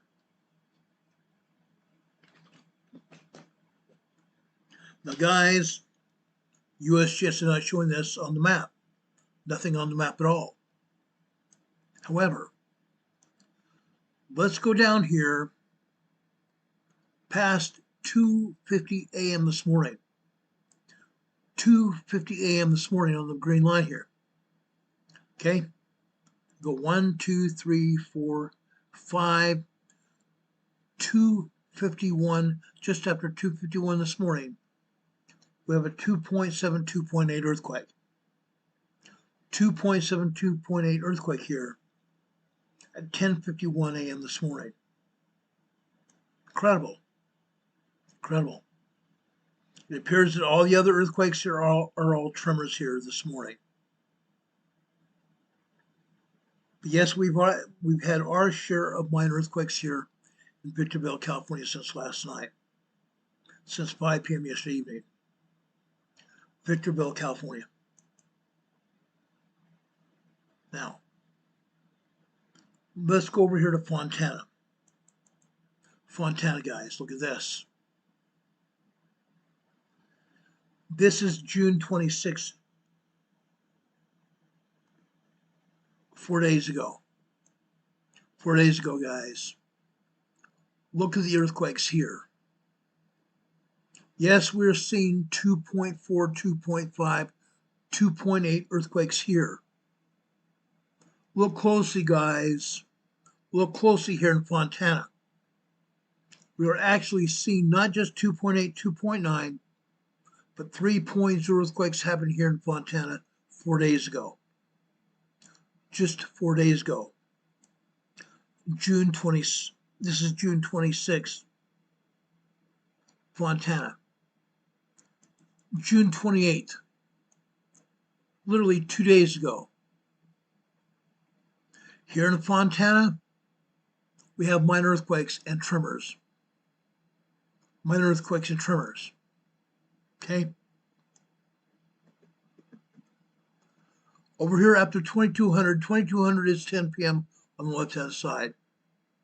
Over here, this looks to be 2011, or 2211, which is 10:11 p.m. last night. 2.4, 2.5 earthquake here. 2.4, 2.5 earthquake. Then we have tremors and we have some minor earthquakes happening here after 12:45 p.m. or 12:45 a.m. Sorry, 12:45 a.m.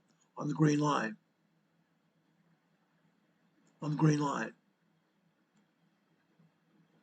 After 3 a.m. on the black line here, 3 a.m. on the black line, we have some minor tremors, 1.0, 1.1, 1.3, 1.4, 2.0 earthquake here. 2.0 earthquake at 3:07 a.m. this morning on the black line. 2.0 earthquake at 3:07 a.m. this morning on that black line. All the rest of this activity is all tremors here. I pointed out the minor earthquakes here.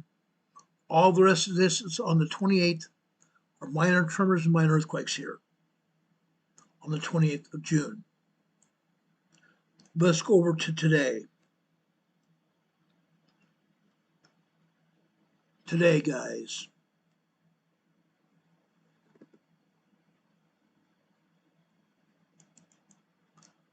Look what we have to see today. This is last night, supposed to be this morning as well. They turned off the seismograph today. They turned off the seismograph late last night. Yes, early yesterday evening, 5 p.m. Just after 5 p.m., we're seeing 2.7, 2.8 earthquakes. 5:07, 2.7, 2.8 earthquake there. Then we have tremors. We have 2.0 earthquakes here as well. We go down here to 1900, 7 p.m. on the left-hand side. We go over here to the center of this seismic here. Okay, 1, 2, 3, 4, 5 minutes later. 7:05 p.m. A 2.5 earthquake here. 2.5 earthquake. 7:05. We go over to 7:09. Just before 7:09, 7:08. 2.0 earthquake here and more tremors. Then they turned it off. They turned it off just after 7:10 last night. Turn it off, guys. They turned the doggone thing off. This is what they do so they can claim nothing happens here. So they can claim nothing happens here. Just for kicks and giggles tomorrow afternoon, when I come back here. If I remember, I'm going to show you a seismogram here from Fontana, California. I hope they turn it back on. I hope they turn it back on because I want to show you earthquakes here. Yes, guys, we have 3 points of earthquakes happening here in Fontana, California. But today, they turned the seismograph off. They don't want to see what's going on here. East Los Angeles, they turned it off. Go figure. Go figure, guys. This is what the dirtbags do. This is what the dirtbags do. Let's go north of Los Angeles to a town called Ellis, California.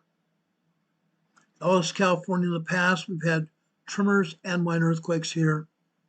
Today, here in Ellis, California, we're only seeing tremors here. Nothing but tremors here in Ellis, California. Let's continue this here.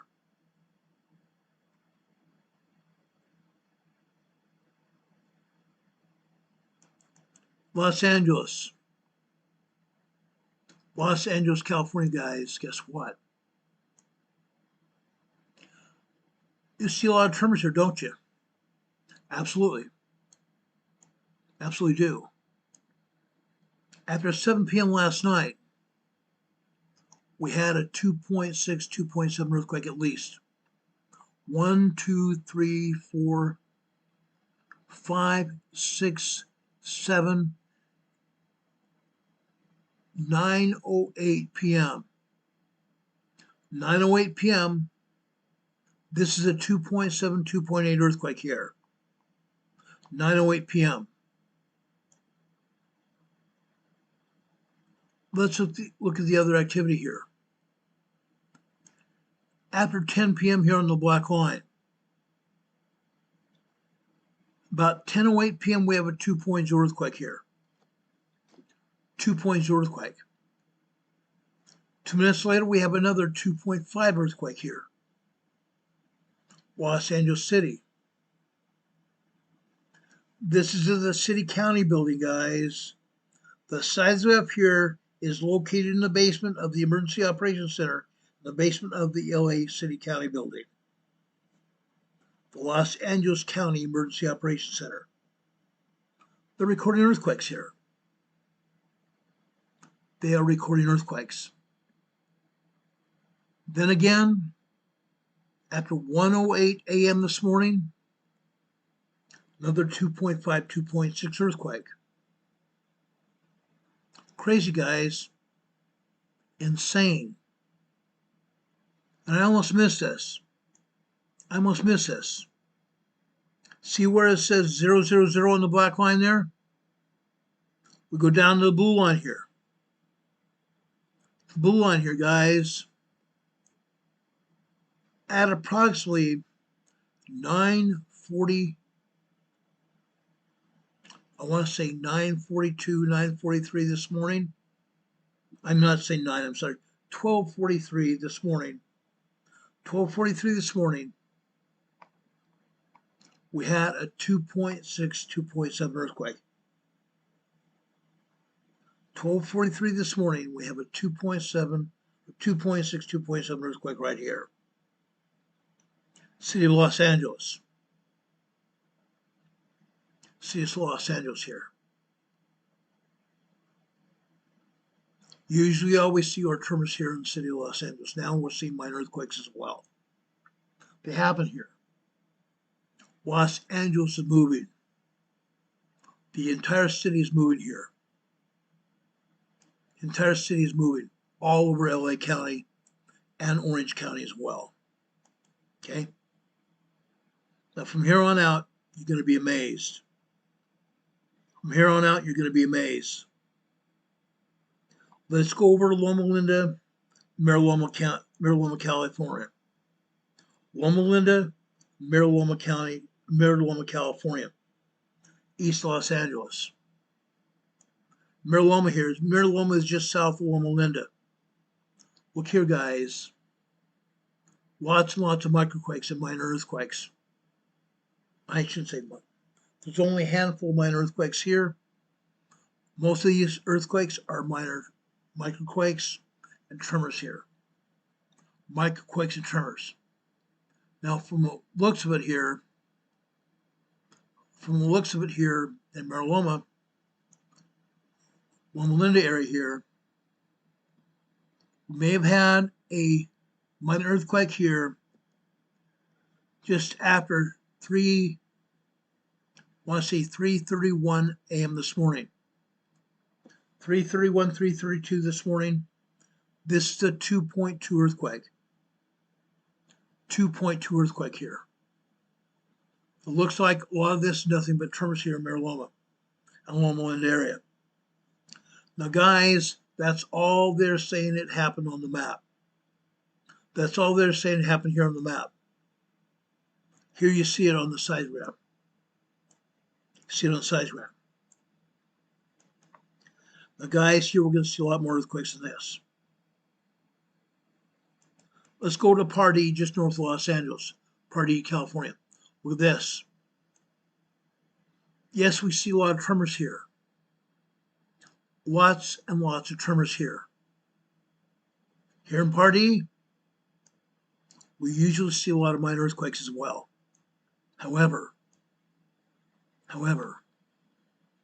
I think we've only had 2 minor earthquakes here in Pardee, California today. One of them after 9:30 this last night. 9:31, 32, 33, 34. 9:35 last night. 2.5, 2.6 earthquake last night.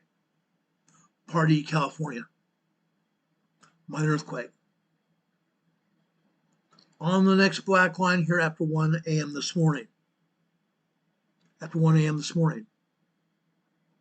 101, 102, 103, 104, 105 this morning, a 2.2 minor earthquake.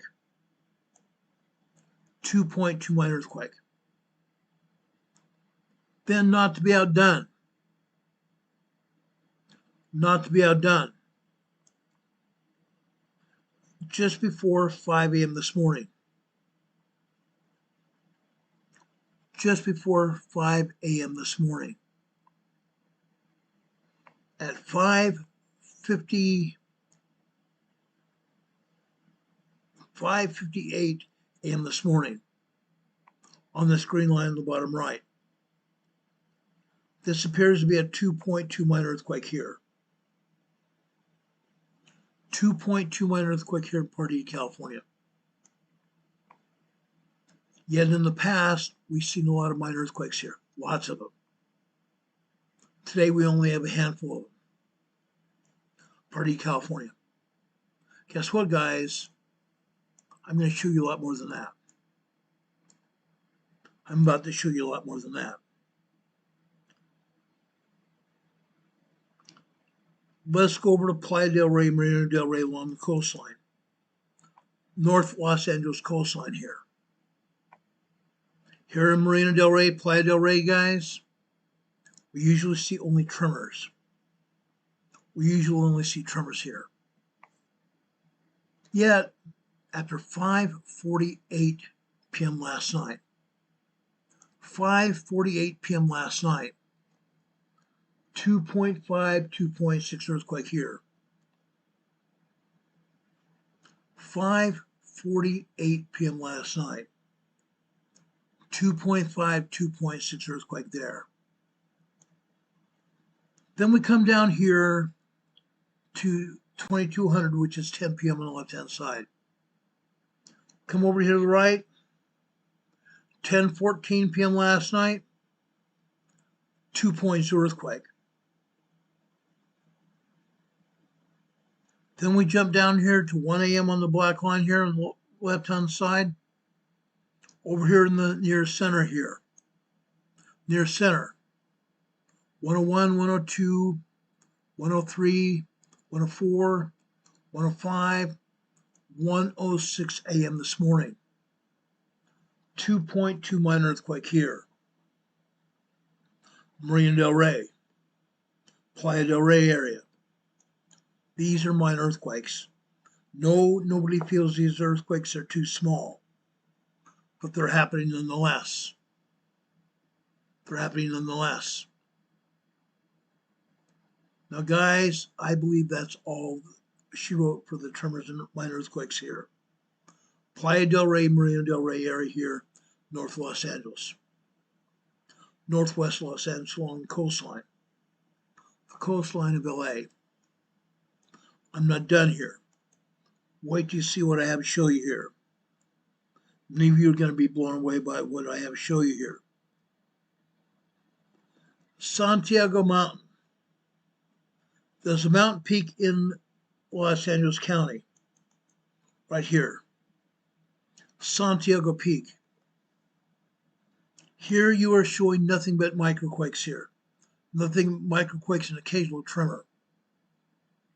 Here at Santiago Peak, before now we've shown you microquakes, we've shown you tremors, and we've shown you minor earthquakes here at Santiago Peak. Santiago Peak is where we have television radio transmitters here, including ham radio transmitters here. I've serviced the radio transmitter for the Ham Radio Club here in Los Angeles here on Santiago Peak. Been there, done that. Now, it gets better. UCLA, University of Southern California, Los Angeles. This normal. This is completely normal for USC here in Los Angeles. Nothing but tremors here. Tremors and microquakes here, that's all. This is normal for USC. However, now we're going to see some earthquakes here in Los Angeles City. Earthquakes here, guys. Earthquakes. How about Long Beach?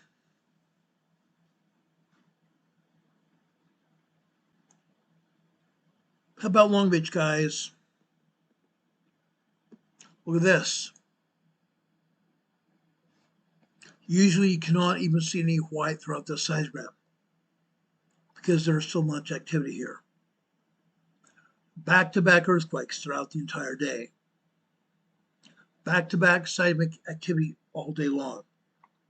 Tremors, minor earthquakes mostly. Tremors, minor earthquakes. The guys we have also seen here in Long Beach. Long Beach guys. We've seen 3.0 earthquakes here in Long Beach. We've seen it. I've seen it personally. I've shown the 3.0 small earthquakes here in Long Beach before. I've shown you seismograms completely covered in seismic activity. Wall to wall, top to bottom seismic activity with no white showing. No white showing here. In previous days, this white used to be paper. It's not, it's digital activity. This is all digital activity here. Nothing but digital activity here. Now guys, you'll have to excuse me for just a second.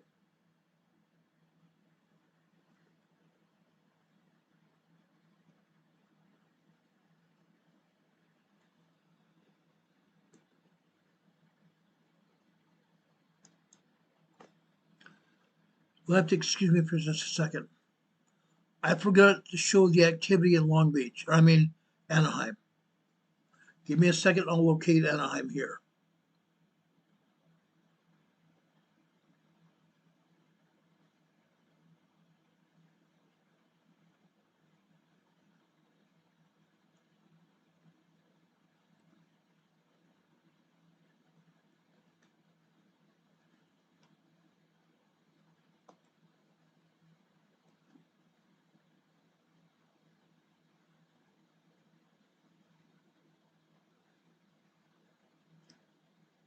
Just give me a second, guys. We'll find it here.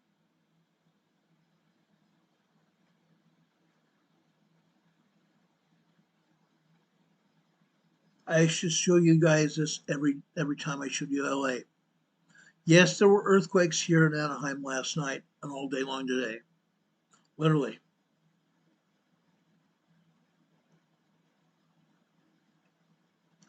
Just give me a second here.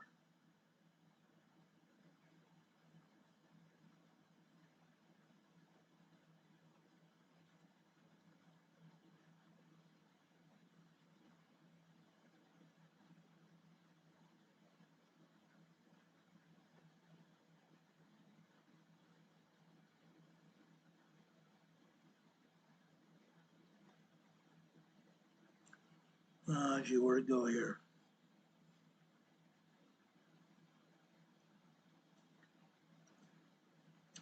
I have Lancaster, California out at the air base out in Lancaster. Fox Airport out there.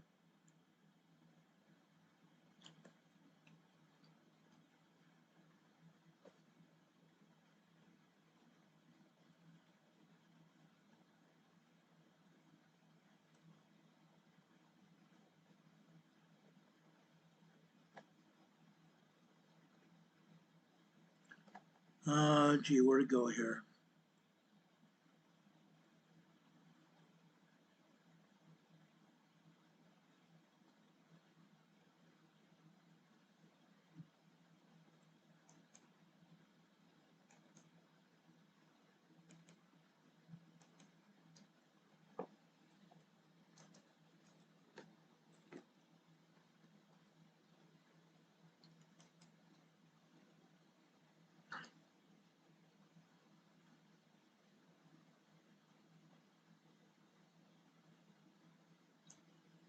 Oh gosh, where'd it go here?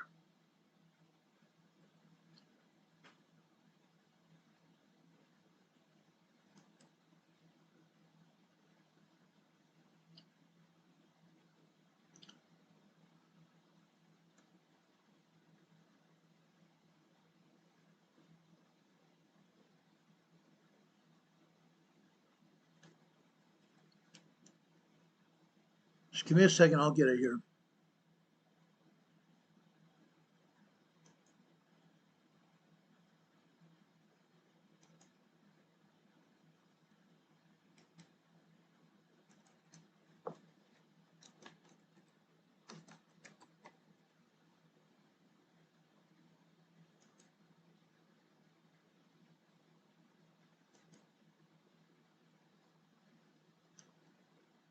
Oh gosh, where'd it go to?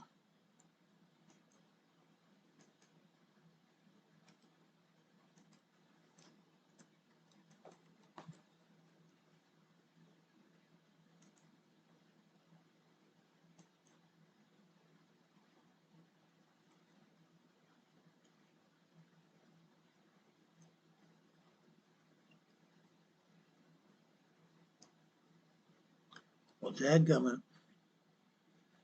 Let me go back through here. Let me see if I can find it here.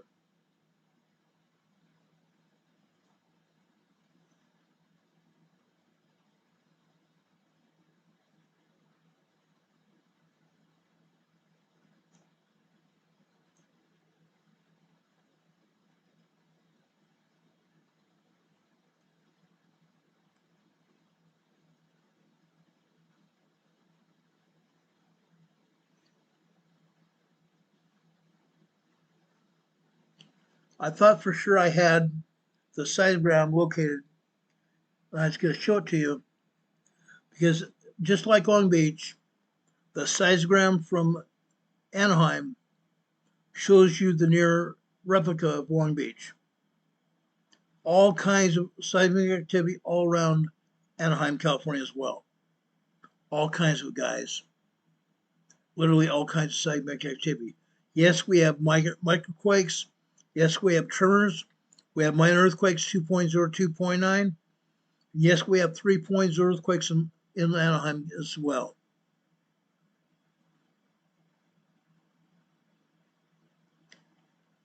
Give me a second here.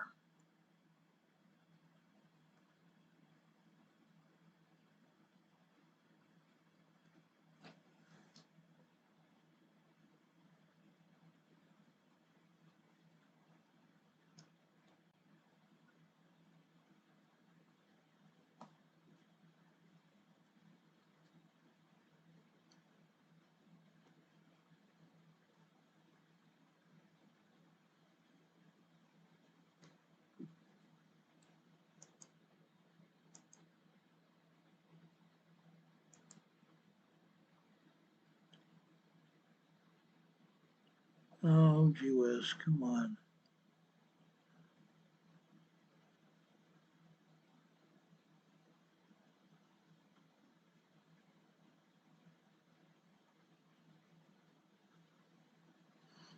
Oh, come on, I know it's here.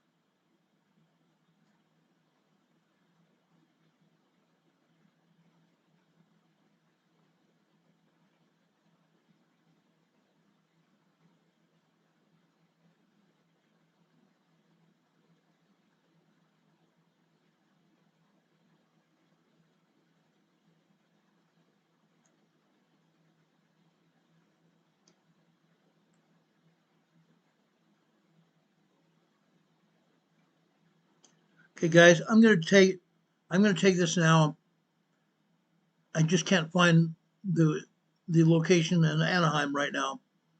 But this suffices to say, Anaheim looks just like Long Beach. Just like Long Beach, except in Anaheim, we see 3.0 earthquakes here as well. That's been the case for years now, quite a few years now. Earthquakes all over this area. It happens literally all the time. Now let's go back to the Los Angeles area as well. Let's go over to Moore Park, just north of Los Angeles, about 20 miles north of Los Angeles. Look at this. Look at this, guys. What is this? What is this, guys? Last night, just after about 5:20 p.m., just after 5:22 p.m. last night, 3.2, 3.3 earthquake here in Moore Park. Moore Park, guys. Happened. It happened. A minute and a half, 90 seconds worth of shaking here. 90 seconds of 3.3 earthquake shaking. Furniture moving across the floor here. Beds moving across the floor. I don't think anybody is probably sleeping, but beds moving across the floor. plates and glass and bowls rattling out in cupboards. If they're not, cupboards weren't secure, people may have found these glasses and plates and stuff on the ground, broken on the floor. That was just after 5:20, 5:23 last night. However, what else happened after 6 p.m. last night? 6:11 last night, we had another 3.0 earthquake on the black line here. 6:11 last night, another 3.0 earthquake. Then they didn't stop. The 3.0 earthquakes didn't stop. One happened again after 6:46 p.m. last night. Another 3.0 earthquake here, Moore Park, California. Then after 9:15 on the left-hand side, we have on the red line 9:15. We go over here to the right. Now we're talking about 9:25 p.m. 9:25 p.m. Another 3.2 earthquake here. Then after 10:15 last night on the red line, this time this is 10:25 p.m. last night. A 3.0 earthquake here. Over 3 minutes later, about 3.5 minutes later, just before, actually, I'm sorry, that was after 8:25 last night on the red line. Over here on this red line to the right, 8:44 last night. 8:30, 8:29. I'm sorry, 8:29 last night on this red line on the right hand side. Another 3.0 earthquake here. All kinds of 3.0 earthquakes here. 6 of them. One of them lasting a minute 30 seconds. 3.0 earthquakes here, small earthquakes. Moore Park, California. Moore Park, California here. Like I said, I knew we were going to blow your mind. I knew it. I knew it. But we're not done. We're not done. Let's go out to East Los Angeles to Walnut La Puente. Walnut La Puente, here we have a volcano. Walnut La Puente, we have a volcano. Guys, here in this area, over the last several hundred years, we've had a lot of water go through this area. Maybe even glaciation going on, ice crawling down through the desert here in the Los Angeles area. Ice and water, wind and rain, all over this area here. This is a volcano called La Puente Walnut Creek. Walnut Creek is in San Francisco. This is Walnut, California, in Los Angeles, East Los Angeles. Walnut La Puente Caldera. This is a rather large volcano area. 2 cities sit here on the top of the volcano. Walnut and La Puente cities sit on the top of this volcano. What are we seeing here, guys? What are we seeing here? 3.0, 3.5 earthquakes happen here all day long. All day long here. The first one here happened after 5:04 p.m. last night. 3.2 earthquake here in Walnut La Puente. Shortly after that, 2.5 minutes after that, another 2.8, 2.9 earthquake happened. Then 5:15, 5:17, 2.8, 2.9 earthquake again. After 6:30 on the blue line, yes, you see a bunch of tremors. Within 5 minutes, those tremors begin to be minor earthquakes.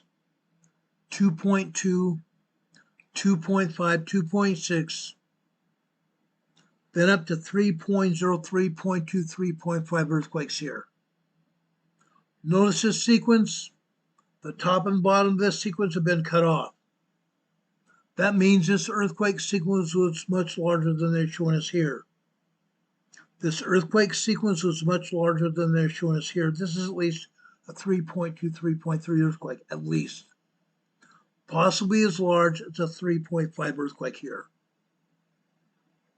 Walnut, La Puente, Caldera. Then after 9 p.m. on the black line here, at 9 p.m., about 9:05, 9:06 p.m., or 1900 at 7 p.m. After 7:05, 7:06 last night, another 3.2 earthquake hit. 3.2 earthquake, guys. Unfortunately, this happens every day here at Walnut, La Puente. Every day. This is the volcano beneath the La Puente Caldera area. Volcano beneath it. Volcano beneath this area. Look at all these earthquakes, guys. Look at all these earthquakes after 8:30 on the blue line. This sequence of earthquakes happened for almost 3 minutes total. Almost 3 minutes of earthquakes. 3.0, 3.3 earthquakes here. Possibly as large as a 3.5 earthquake. After 22:15 on the red line. 2200 is 10 p.m. On the red line on the left-hand side is 10:15. We go over here to the center. 10:08, 10:07, 10:08 p.m. All of a sudden we begin to see 2.8, 2.9, 3.0, 3.2, 3.3 activity here. And notice here that again, the top and the bottom of this earthquake sequence are cut off. The top and the bottom of the earthquake sequence is cut off for 1, 2, 3, 4.5 minutes. Nearly 5 minutes of earthquake sequence here. Imagine living in this area, feeling your floor move, feeling the ground move here. You're feeling the ground or the floor move here. You're seeing your furniture move across the floor. You're seeing your glassware or porcelainware move and shake in your cupboards. This is happening here. This happened here in Walnut, La Puente area. All day long here. We cover from 5 p.m. last night, 5 p.m. last night, to just before 5 a.m. this morning. Look at that. Even after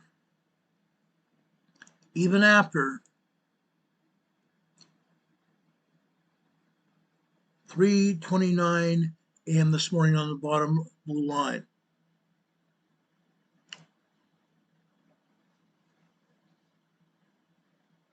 This is 3:44 a.m. this morning on the blue line there. 3.0 earthquake shaking here. But it didn't stop. Didn't stop. This continued after 3:45, 3:46, 3:37. 3 minutes of 3.3 earthquake shaking. A minimum of 3.3 earthquake shaking here. 3 minutes worth of shaking earlier this morning.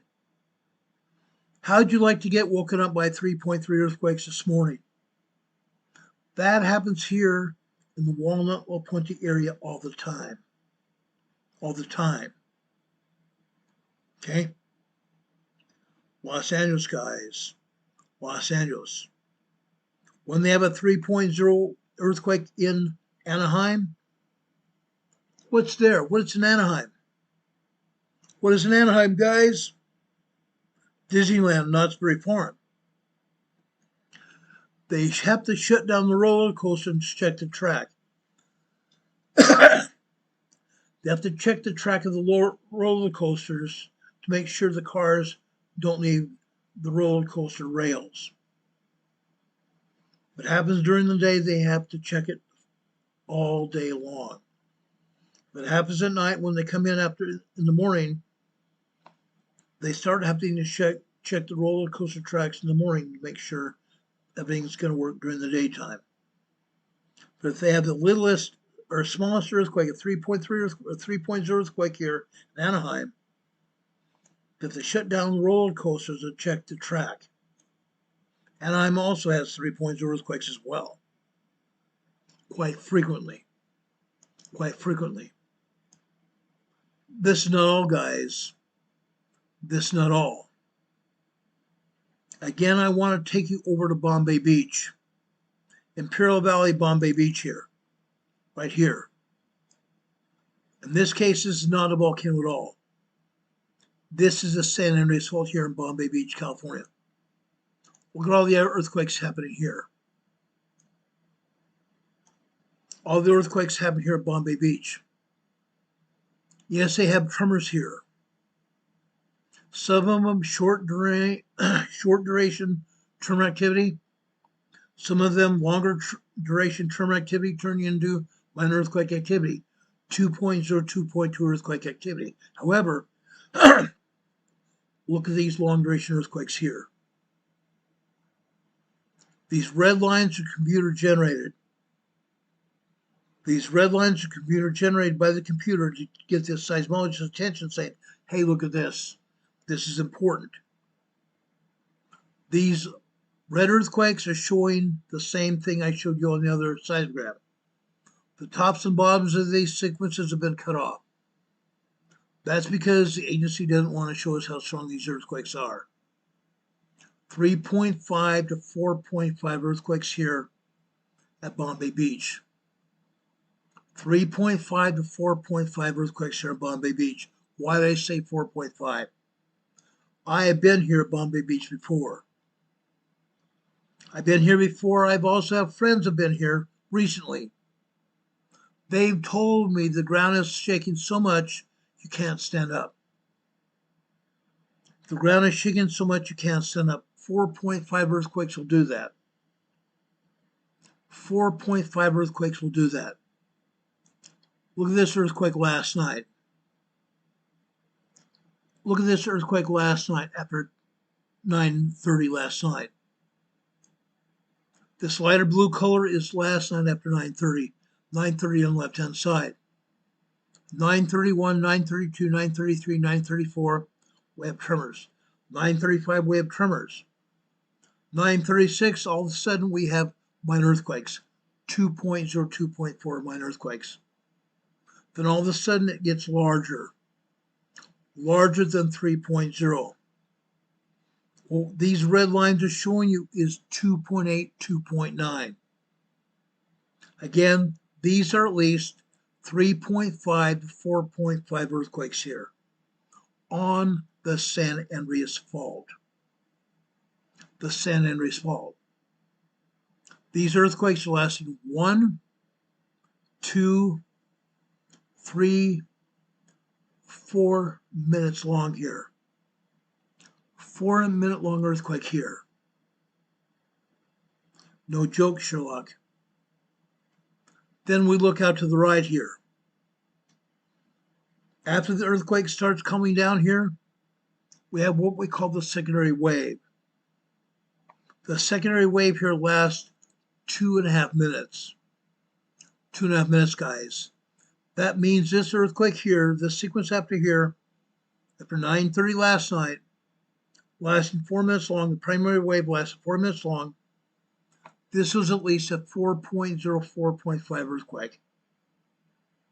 The secondary wave here proves this was a large earthquake. 4.0, 4.5 earthquake here last night after 9:30 p.m.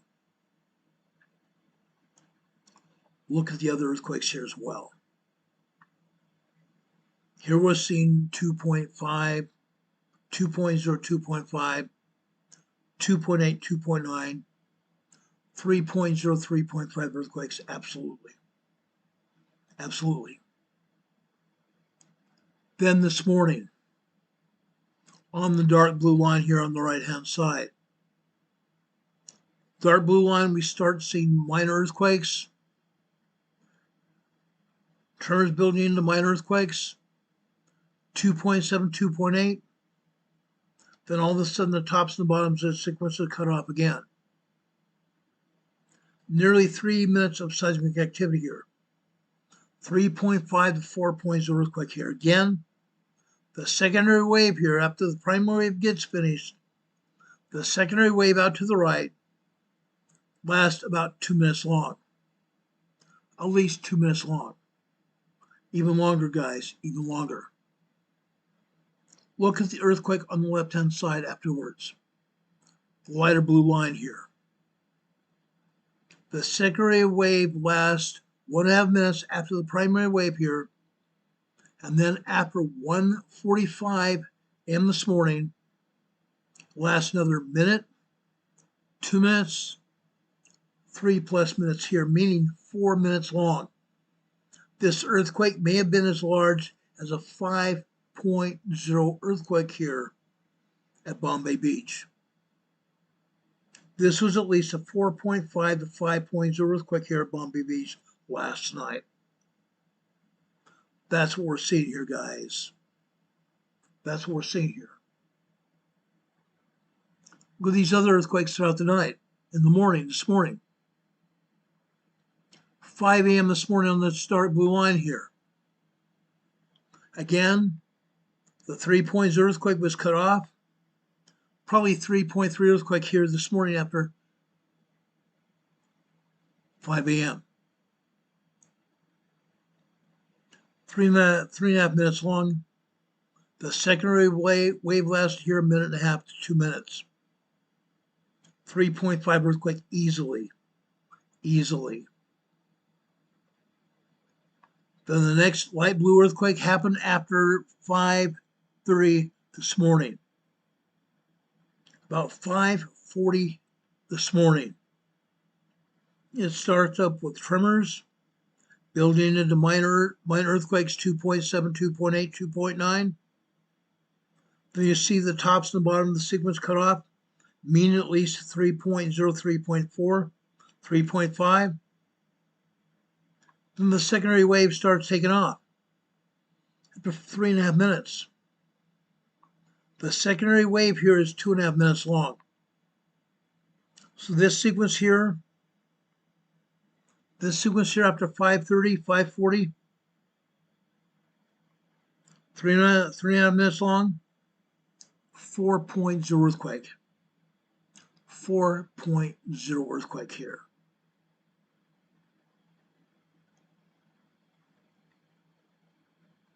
Then, on the next dark blue line here is 7 a.m. 7:04 a.m. Okay? In this case, we have tremors building in, minor 2.5, 2.6. I think the most earthquake we had here was probably a 2.8, 2.9. 2.8, 2.9.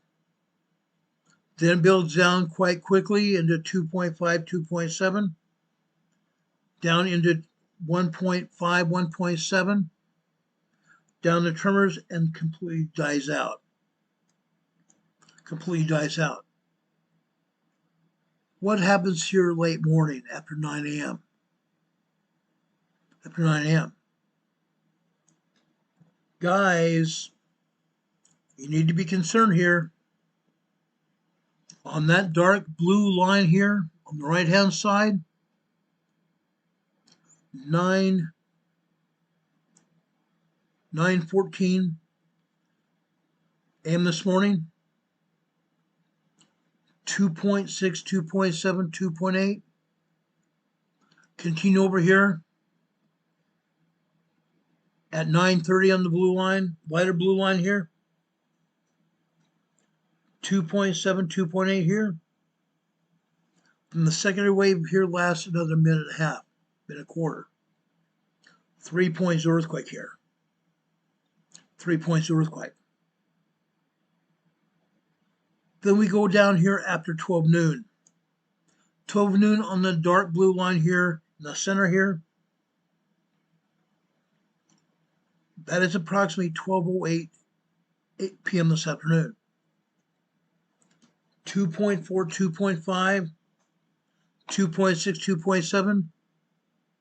Then the next earthquake after on the lighter blue line, 12:15, completely covers up the line above it. We don't know how strong that was. But that 12:15 line here, it's actually 12:19, 12:20, up to 12:25.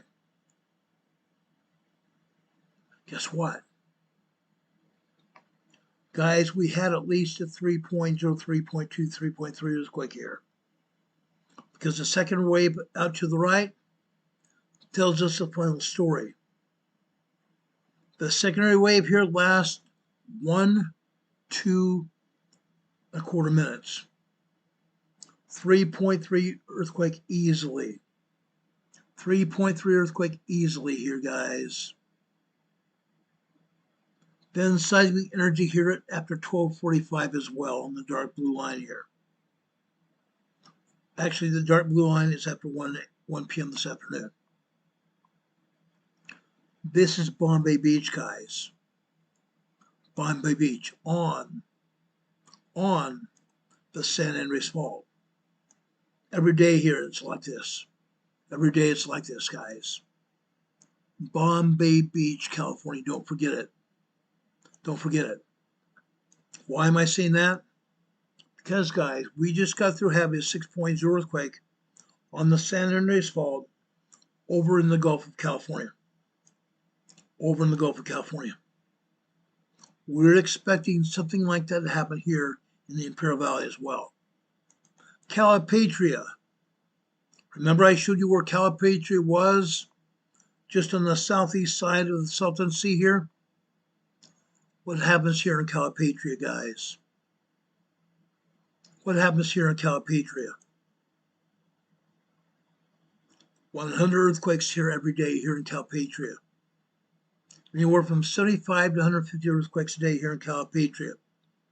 I believe we probably have over 100 earthquakes here today. Over 100 earthquakes today. Now, guys, I don't think we got over a 3.0 earthquake here in Calipatria today, but we got close to it. Yes, we have a lot of tremors here. Yes, we have a lot of minor earthquakes here. 2.0, 2.9 earthquakes. Like I said, we may have come close to 3.0 earthquake here last night. Last night, you see 1945 on the left-hand side on that line right there, that dark blue line. That appears to be a 2.7, 2.8 earthquake. 2.7, 2.8 earthquake. After that, look what happens. All kinds of tremors here all night long. Why? Why does that happen? Because, guys, look what happens after 7 p.m. last night. After 1900 hours. After 7 p.m., the seismograph gets turned down. The seismograph gets turned down. So between 7:15 and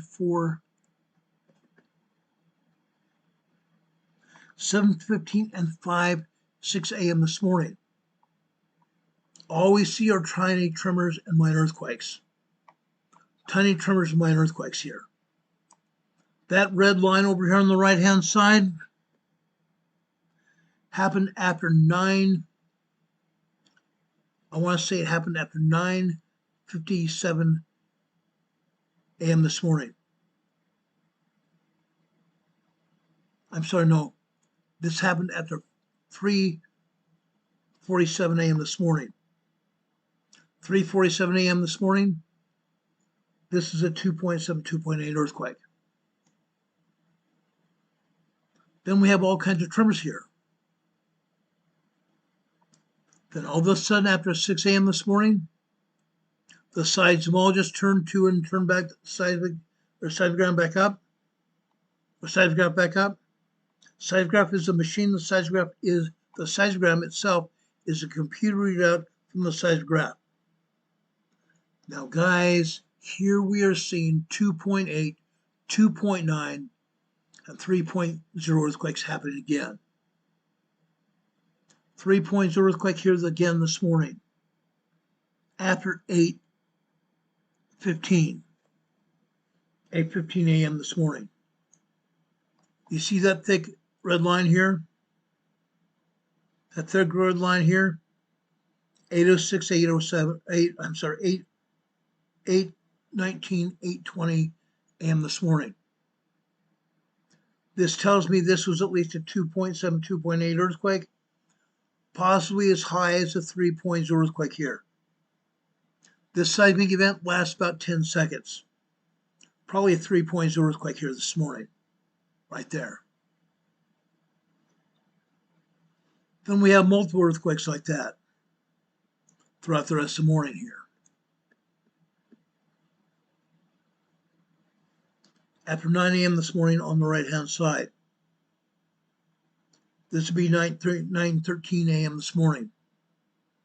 Another long duration earthquake. Approximately 15 to 20 second earthquake here. 3.0 earthquake. 3.0 earthquake, we can see a secondary wave lasting about 10 or 15 seconds. This was a 20-second earthquake, probably 3.0 earthquake here. Then another one below that. Another one below that at about 9:57 a.m. this morning. Another 3.0 earthquake, this time lasting about 30 seconds. These thicker earthquakes lasting time, guess what? These are large earthquakes. These are large earthquakes. 3.0 earthquakes, guys. 3.0 earthquakes here. Calpatriot, California. We have close to 100 earthquakes here at Calpatriot today. Usually it's between 100 and 150 earthquakes a day here in Calpatriot. Every day. Every day that happens, guys. Every day, day in, day out. Now, I'm going to jump down to El Centro, California. I'm going to jump down to El Centro, California. Why? Because the time is far spent. Actually, before I go there, I want to show you Imperial. North of El Centro is a town called Imperial, right here. Here in the town of Imperial, we see a lot of tremors here. Usually we can also see tremors and minor earthquakes, 2.0, 2.5 earthquakes here in the town of Imperial. And yes, occasionally we will see a 3.0 earthquake here in the town of Imperial.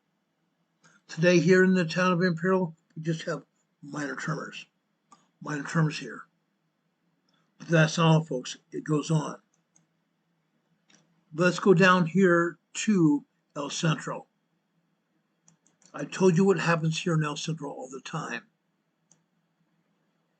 Ever since last summer, a year ago, El Centro here has been having 3.0 earthquakes on the tune of 9 to 15 3.0 earthquakes a day.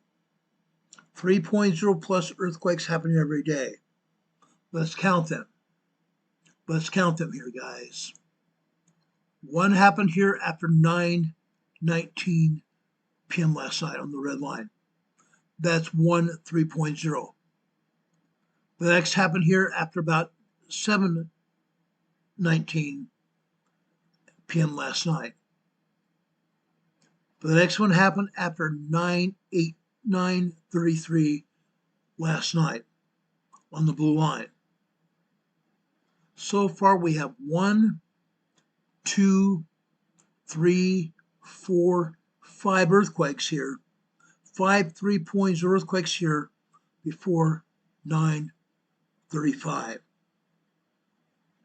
9:35, guys. This is 9:33. Then we jump down here to 1:50, about 1:56 a.m. this morning on the green line.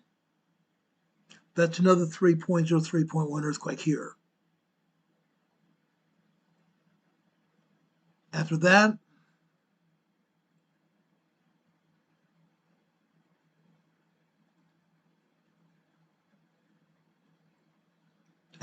on the next black line here, this time at about 1:13 a.m. here on the black line, that is another 3.0 earthquake here. Then we go down here to the next blue line, 1:30 a.m. this morning, another 3.2, 3.3 earthquake happening here.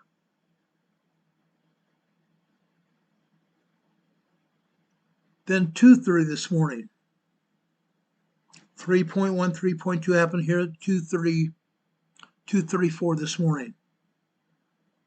Then we go over here to the right, 2:42 a.m. this morning. Another 3.0 earthquake here. On the next green line, 2:46 a.m. this morning. 3.2, 3.3 earthquake here. We go over to the right, this time at 2:53 a.m. this morning. Another 3.0 earthquake here. Then we go over to the last green line here on the bottom right-hand side. The next 3.0 earthquake happened at 4:58 a.m. this morning. 3.0 earthquake. 4:59 a.m. this morning. To the right. Another 3.0 earthquake right there. So we have 1, 2, 3, 4, 5, 6, 7, 8, 9, 10, 11, 12, 13, 14, 15, 16, 3.0 earthquakes here in El Centro today. How about that? 16 3.0 earthquakes here in El Centro today. Unreal, guys. Unreal. What's causing them? What's causing them, guys? Except in maybe 4 cases. Except in maybe 4 cases. The San Andreas Fault caused most of these earthquakes. The San Andreas Fault caused most of these earthquakes. But let's look closely here. Look more closely here. See that earthquake after on the red line after 9:15 this morning or last night? 9:15 last night. Notice how that curves out after the earthquake. The stylus curves out there. Magma beneath the surface caused that earthquake. Magma beneath the surface caused that earthquake. As also the earthquake after 7 p.m. last night, 7:02 last night. The same thing there, magma caused that earthquake here. Let's go down throughout the night and morning here. After 8:35 last night, 8:35 last night on the blue line here, line curves out here. That's caused by magma here. That's a 2.6 earthquake here. 2.6 earthquake. Prior to that here, after 11:46, the curved line here exists. That 3.0, 3.2 earthquake happened because of magma beneath the surface. Magma caused that earthquake as well. Then we jump down to the next green line here. 3:45 this morning. 3:45 this morning. The line curves here. That green line after 3:45 this morning curves. Magma beneath the surface. Magma beneath the surface here. After 4 a.m., you see the line curve here. Minor tremors here. The line is still curving up and down here. Then after 4:58 a.m. on the right-hand side, on the last green line here, you see the curvy line here? Those 3 points earthquakes were caused by magma beneath the surface here. 16 3 points earthquakes woke people up last night if they were sleeping at 5 p.m. Sometime after 5, 7, 8, people start going to sleep. Some of these people in El Centro live in El Centro and work for the Navy. They may have fallen asleep early. They may have to get up early and go back to the base, El Centro Naval Air Station. People got woken up in the middle of the night by these earthquakes. 3.03-point earthquakes happened in El Centro today. One of our own EMA family members lives in El Centro. Juanito and his family live in El Centro. Juanito has told me on many occasions when he's watched this program, when we've talked about earthquakes here in El Centro, he's told me he and his family feel these earthquakes all the time. Juanito, if you're here, tell us you're here. We'd love to hear from you. Please let us know you're here. We love you, Juanito. We love you and your family here. I see my dear friend Rob 52 here. Rob, I didn't see your call come in last night till after I came on the air, right before I came on there today. Rob called me last night. I'm going to call him back after this program's over. Rob, thank you for being here. I appreciate you very much. Rob is telling us we had an earthquake in Baja, California, where I said, we told you Delta, California, over just south of Cerro Prieto volcano. Rob 52 is telling us a 2.7 minor earthquake hit. Yeah. Today, guys. Unreal, guys. These earthquakes are happening all over the place. A few minutes ago, Renee Sevi said she's not feeling good. She's going to go lay down. Renee, I hope you're feeling better. God bless you, dear. Hope you have a good 4th of July as well. Thank you for being here, Renee. You're a godsend. We love you very much. Josh Kelly says, don't make you very popular nowadays. Maybe these tremors and earthquakes don't make me very popular. Josh Kelly earlier this evening says, I think what's coming's only safe place will be Jesus Christ. I agree. I totally agree. Having faith in Jesus Christ is going to be our salvation. Having faith in Jesus Christ is going to be our salvation, guys. I totally know that. I know that because I have a testimony of Jesus Christ myself. I showed you what's happening here in the Imperial Valley. It's happening in San Diego County as well. Scripps Institute of Oceanography, right here. La Jolla. La Jolla, guys, look at this. We have tremors and minor earthquakes here. La Jolla, California. Scripps Institute of Oceanography here in La Jolla. Last night, 5 p.m. 5 p.m. to 4, almost 5 a.m. this morning. Tremors and minor earthquakes here. 2:32 this morning, we had a 2-point earthquake here. Scripps Institute of Oceanography in La Jolla. I believe we may have had two or three other 2-point earthquakes here in La Jolla today and last night. Okay? I hope they will continue to let us see these earthquakes at Scripps Institute. I hope they're going to continue to let us see this. Why do we have earthquakes here at Scripps?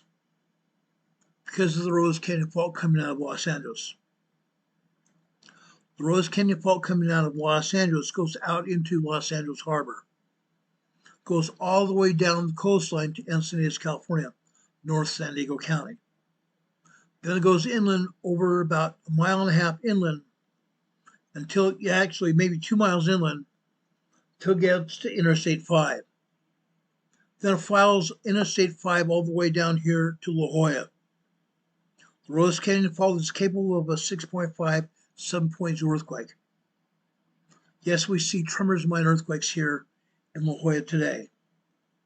That's what's happening, guys. It's happening all day long.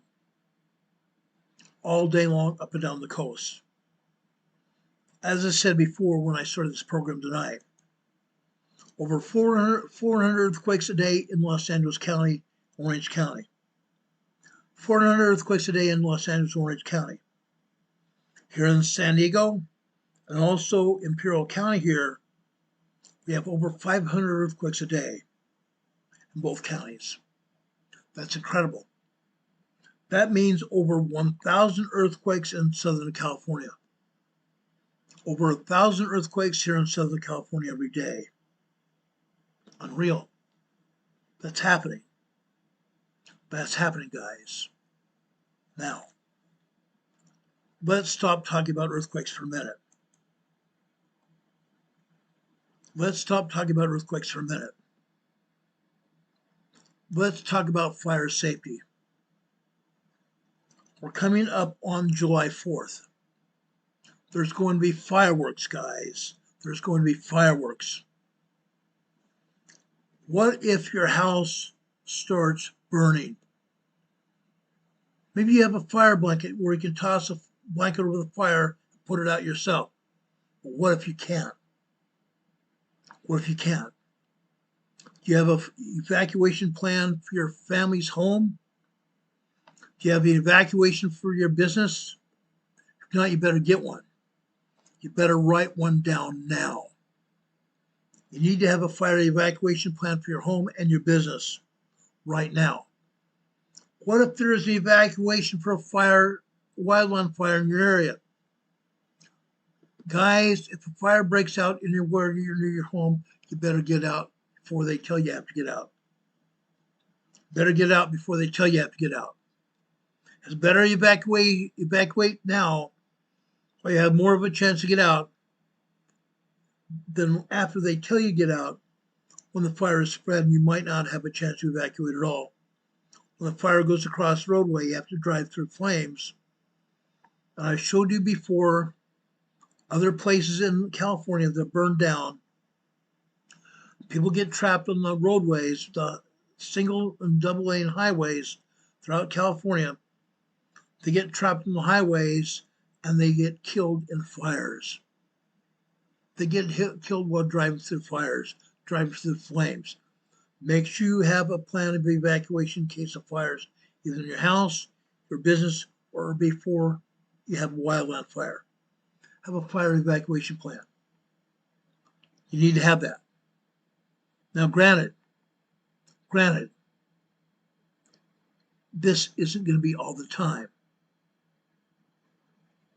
but it still happens. You need to have a fire evacuation plan. Now, guys, what I think I'm going to show you now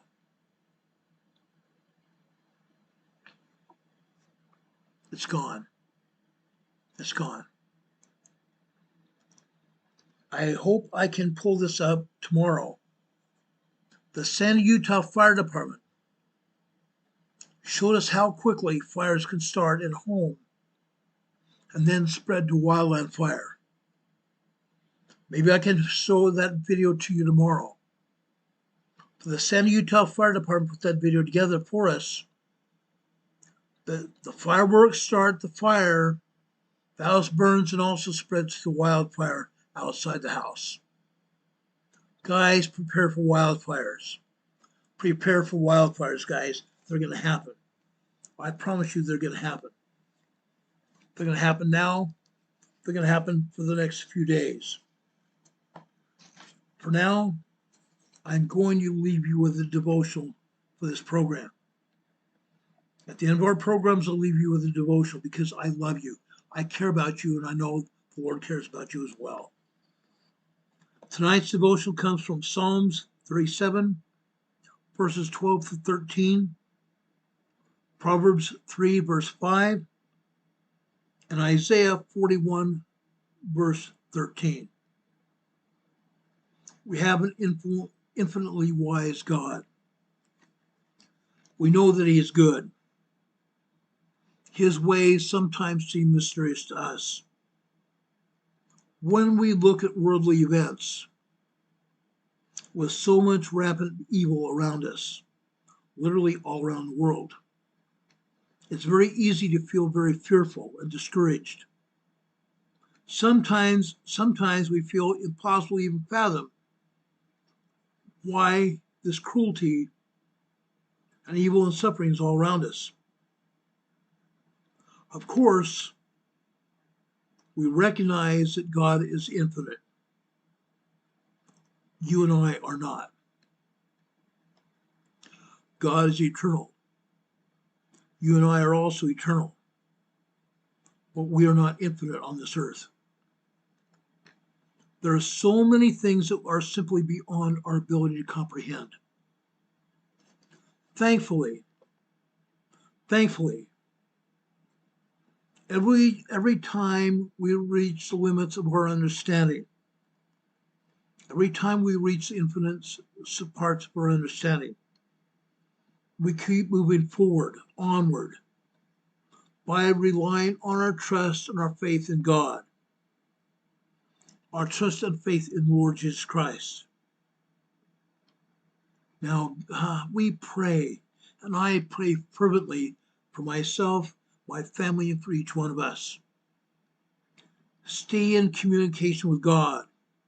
Pray to God through our Savior Jesus Christ. Stay in silent, also spoken prayers, trusting in Him, Jesus Christ, and God, in our hearts, in our minds, and in our bodies. Faith in our Savior Jesus Christ. Try and help us learn and understand what He would have us do. Don't wait to be stuck. Do not wait to be stuck in a presumptuous posture of demanding to know why things happen as they do. I realize much better than to ask, how does He want us to view what's going on? How does He want us to view each individual situation and what He wants us to do right now?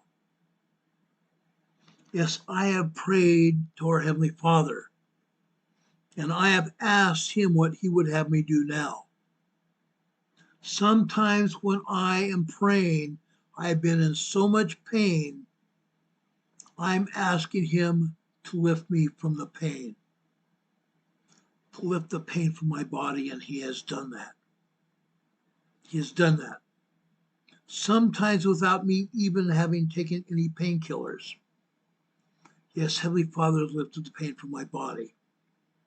He has helped me and my family through many things, including my kids. Our kids also could benefit from that. We can ask what He would have us do. But please don't wait for that to happen. When something does happen, Heavenly Father, help me. I don't know what to do. Yes, He will sometimes answer us. But He would much more rather have us pray to Him before it happens. Now, we can't change the past, but we can start with the present. Start with the present moment right now, and then find our way forward. Find our way forward in faith in Jesus Christ. Pray. Pray and ask God to help us. Lord, teach me to trust. Teach me to trust You every day, one day at a time. Let us hear You. Let us hear You. Let us hear You in our minds. Let us hear You in our dreams. Please bless us with precious assurance. Heavenly Father, please bless us with precious assurance of Thy will. As the Scriptures have taught us, Jesus Christ in the Sermon on the Mount have told us, do not fear, he will help us. Do not fear, he will help us. Trust the Savior. Trust the Savior in everything we do. Trust God to help us. Trust him help us. Brothers and sisters, I have a firm testimony of Jesus Christ myself. A firm testimony of Jesus Christ. Have faith in Jesus Christ. I ask each one of you now, think about where you are. Think about what you're doing, you and your family are doing. Pray for God's help to bless you in your life. Pray for God's help to bless you in life. I know he will. I know he will. I bear you that testimony that he will help you. He will lift you from your burdens you're facing now. He will help and bless you. May God bless you. May God be with you this day and always. May God be with you until we meet again. We'll see you on the other side, guys. Have a good night. Have a good night. We'll see you tomorrow afternoon, sometime after 4 p.m., tomorrow evening. Take care, guys. Have a good night. Take care. See you soon. God bless.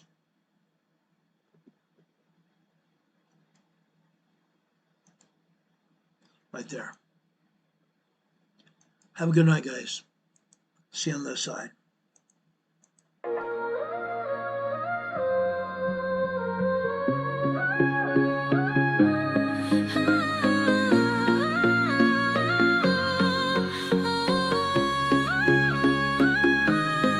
Here at Emergency Management Associates, we're dedicated and true,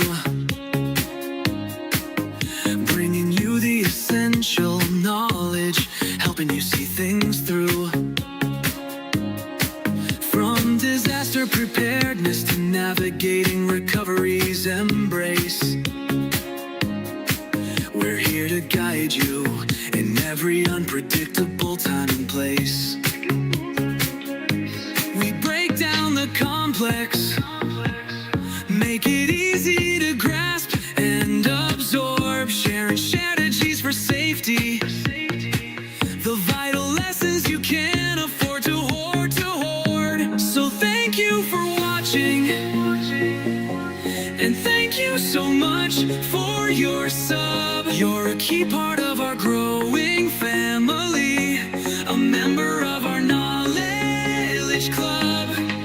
With every like, every share, and every comment you send our way, our critical message spreads further, helping more people every single day. Together we're stronger and more prepared. That's the truth we all abide.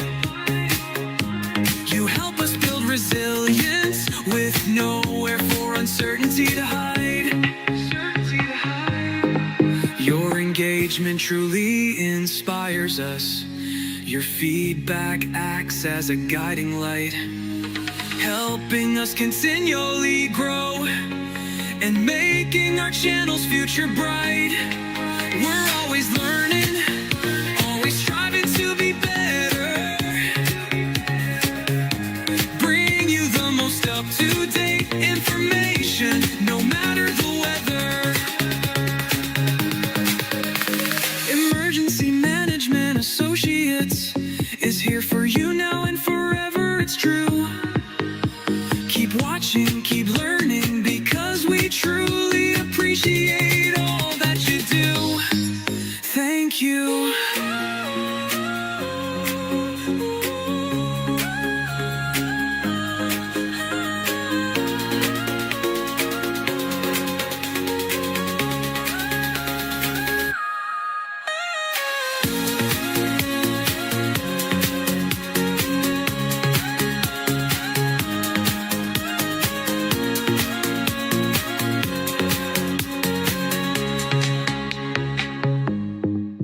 Thank you. Good night, all. We love you.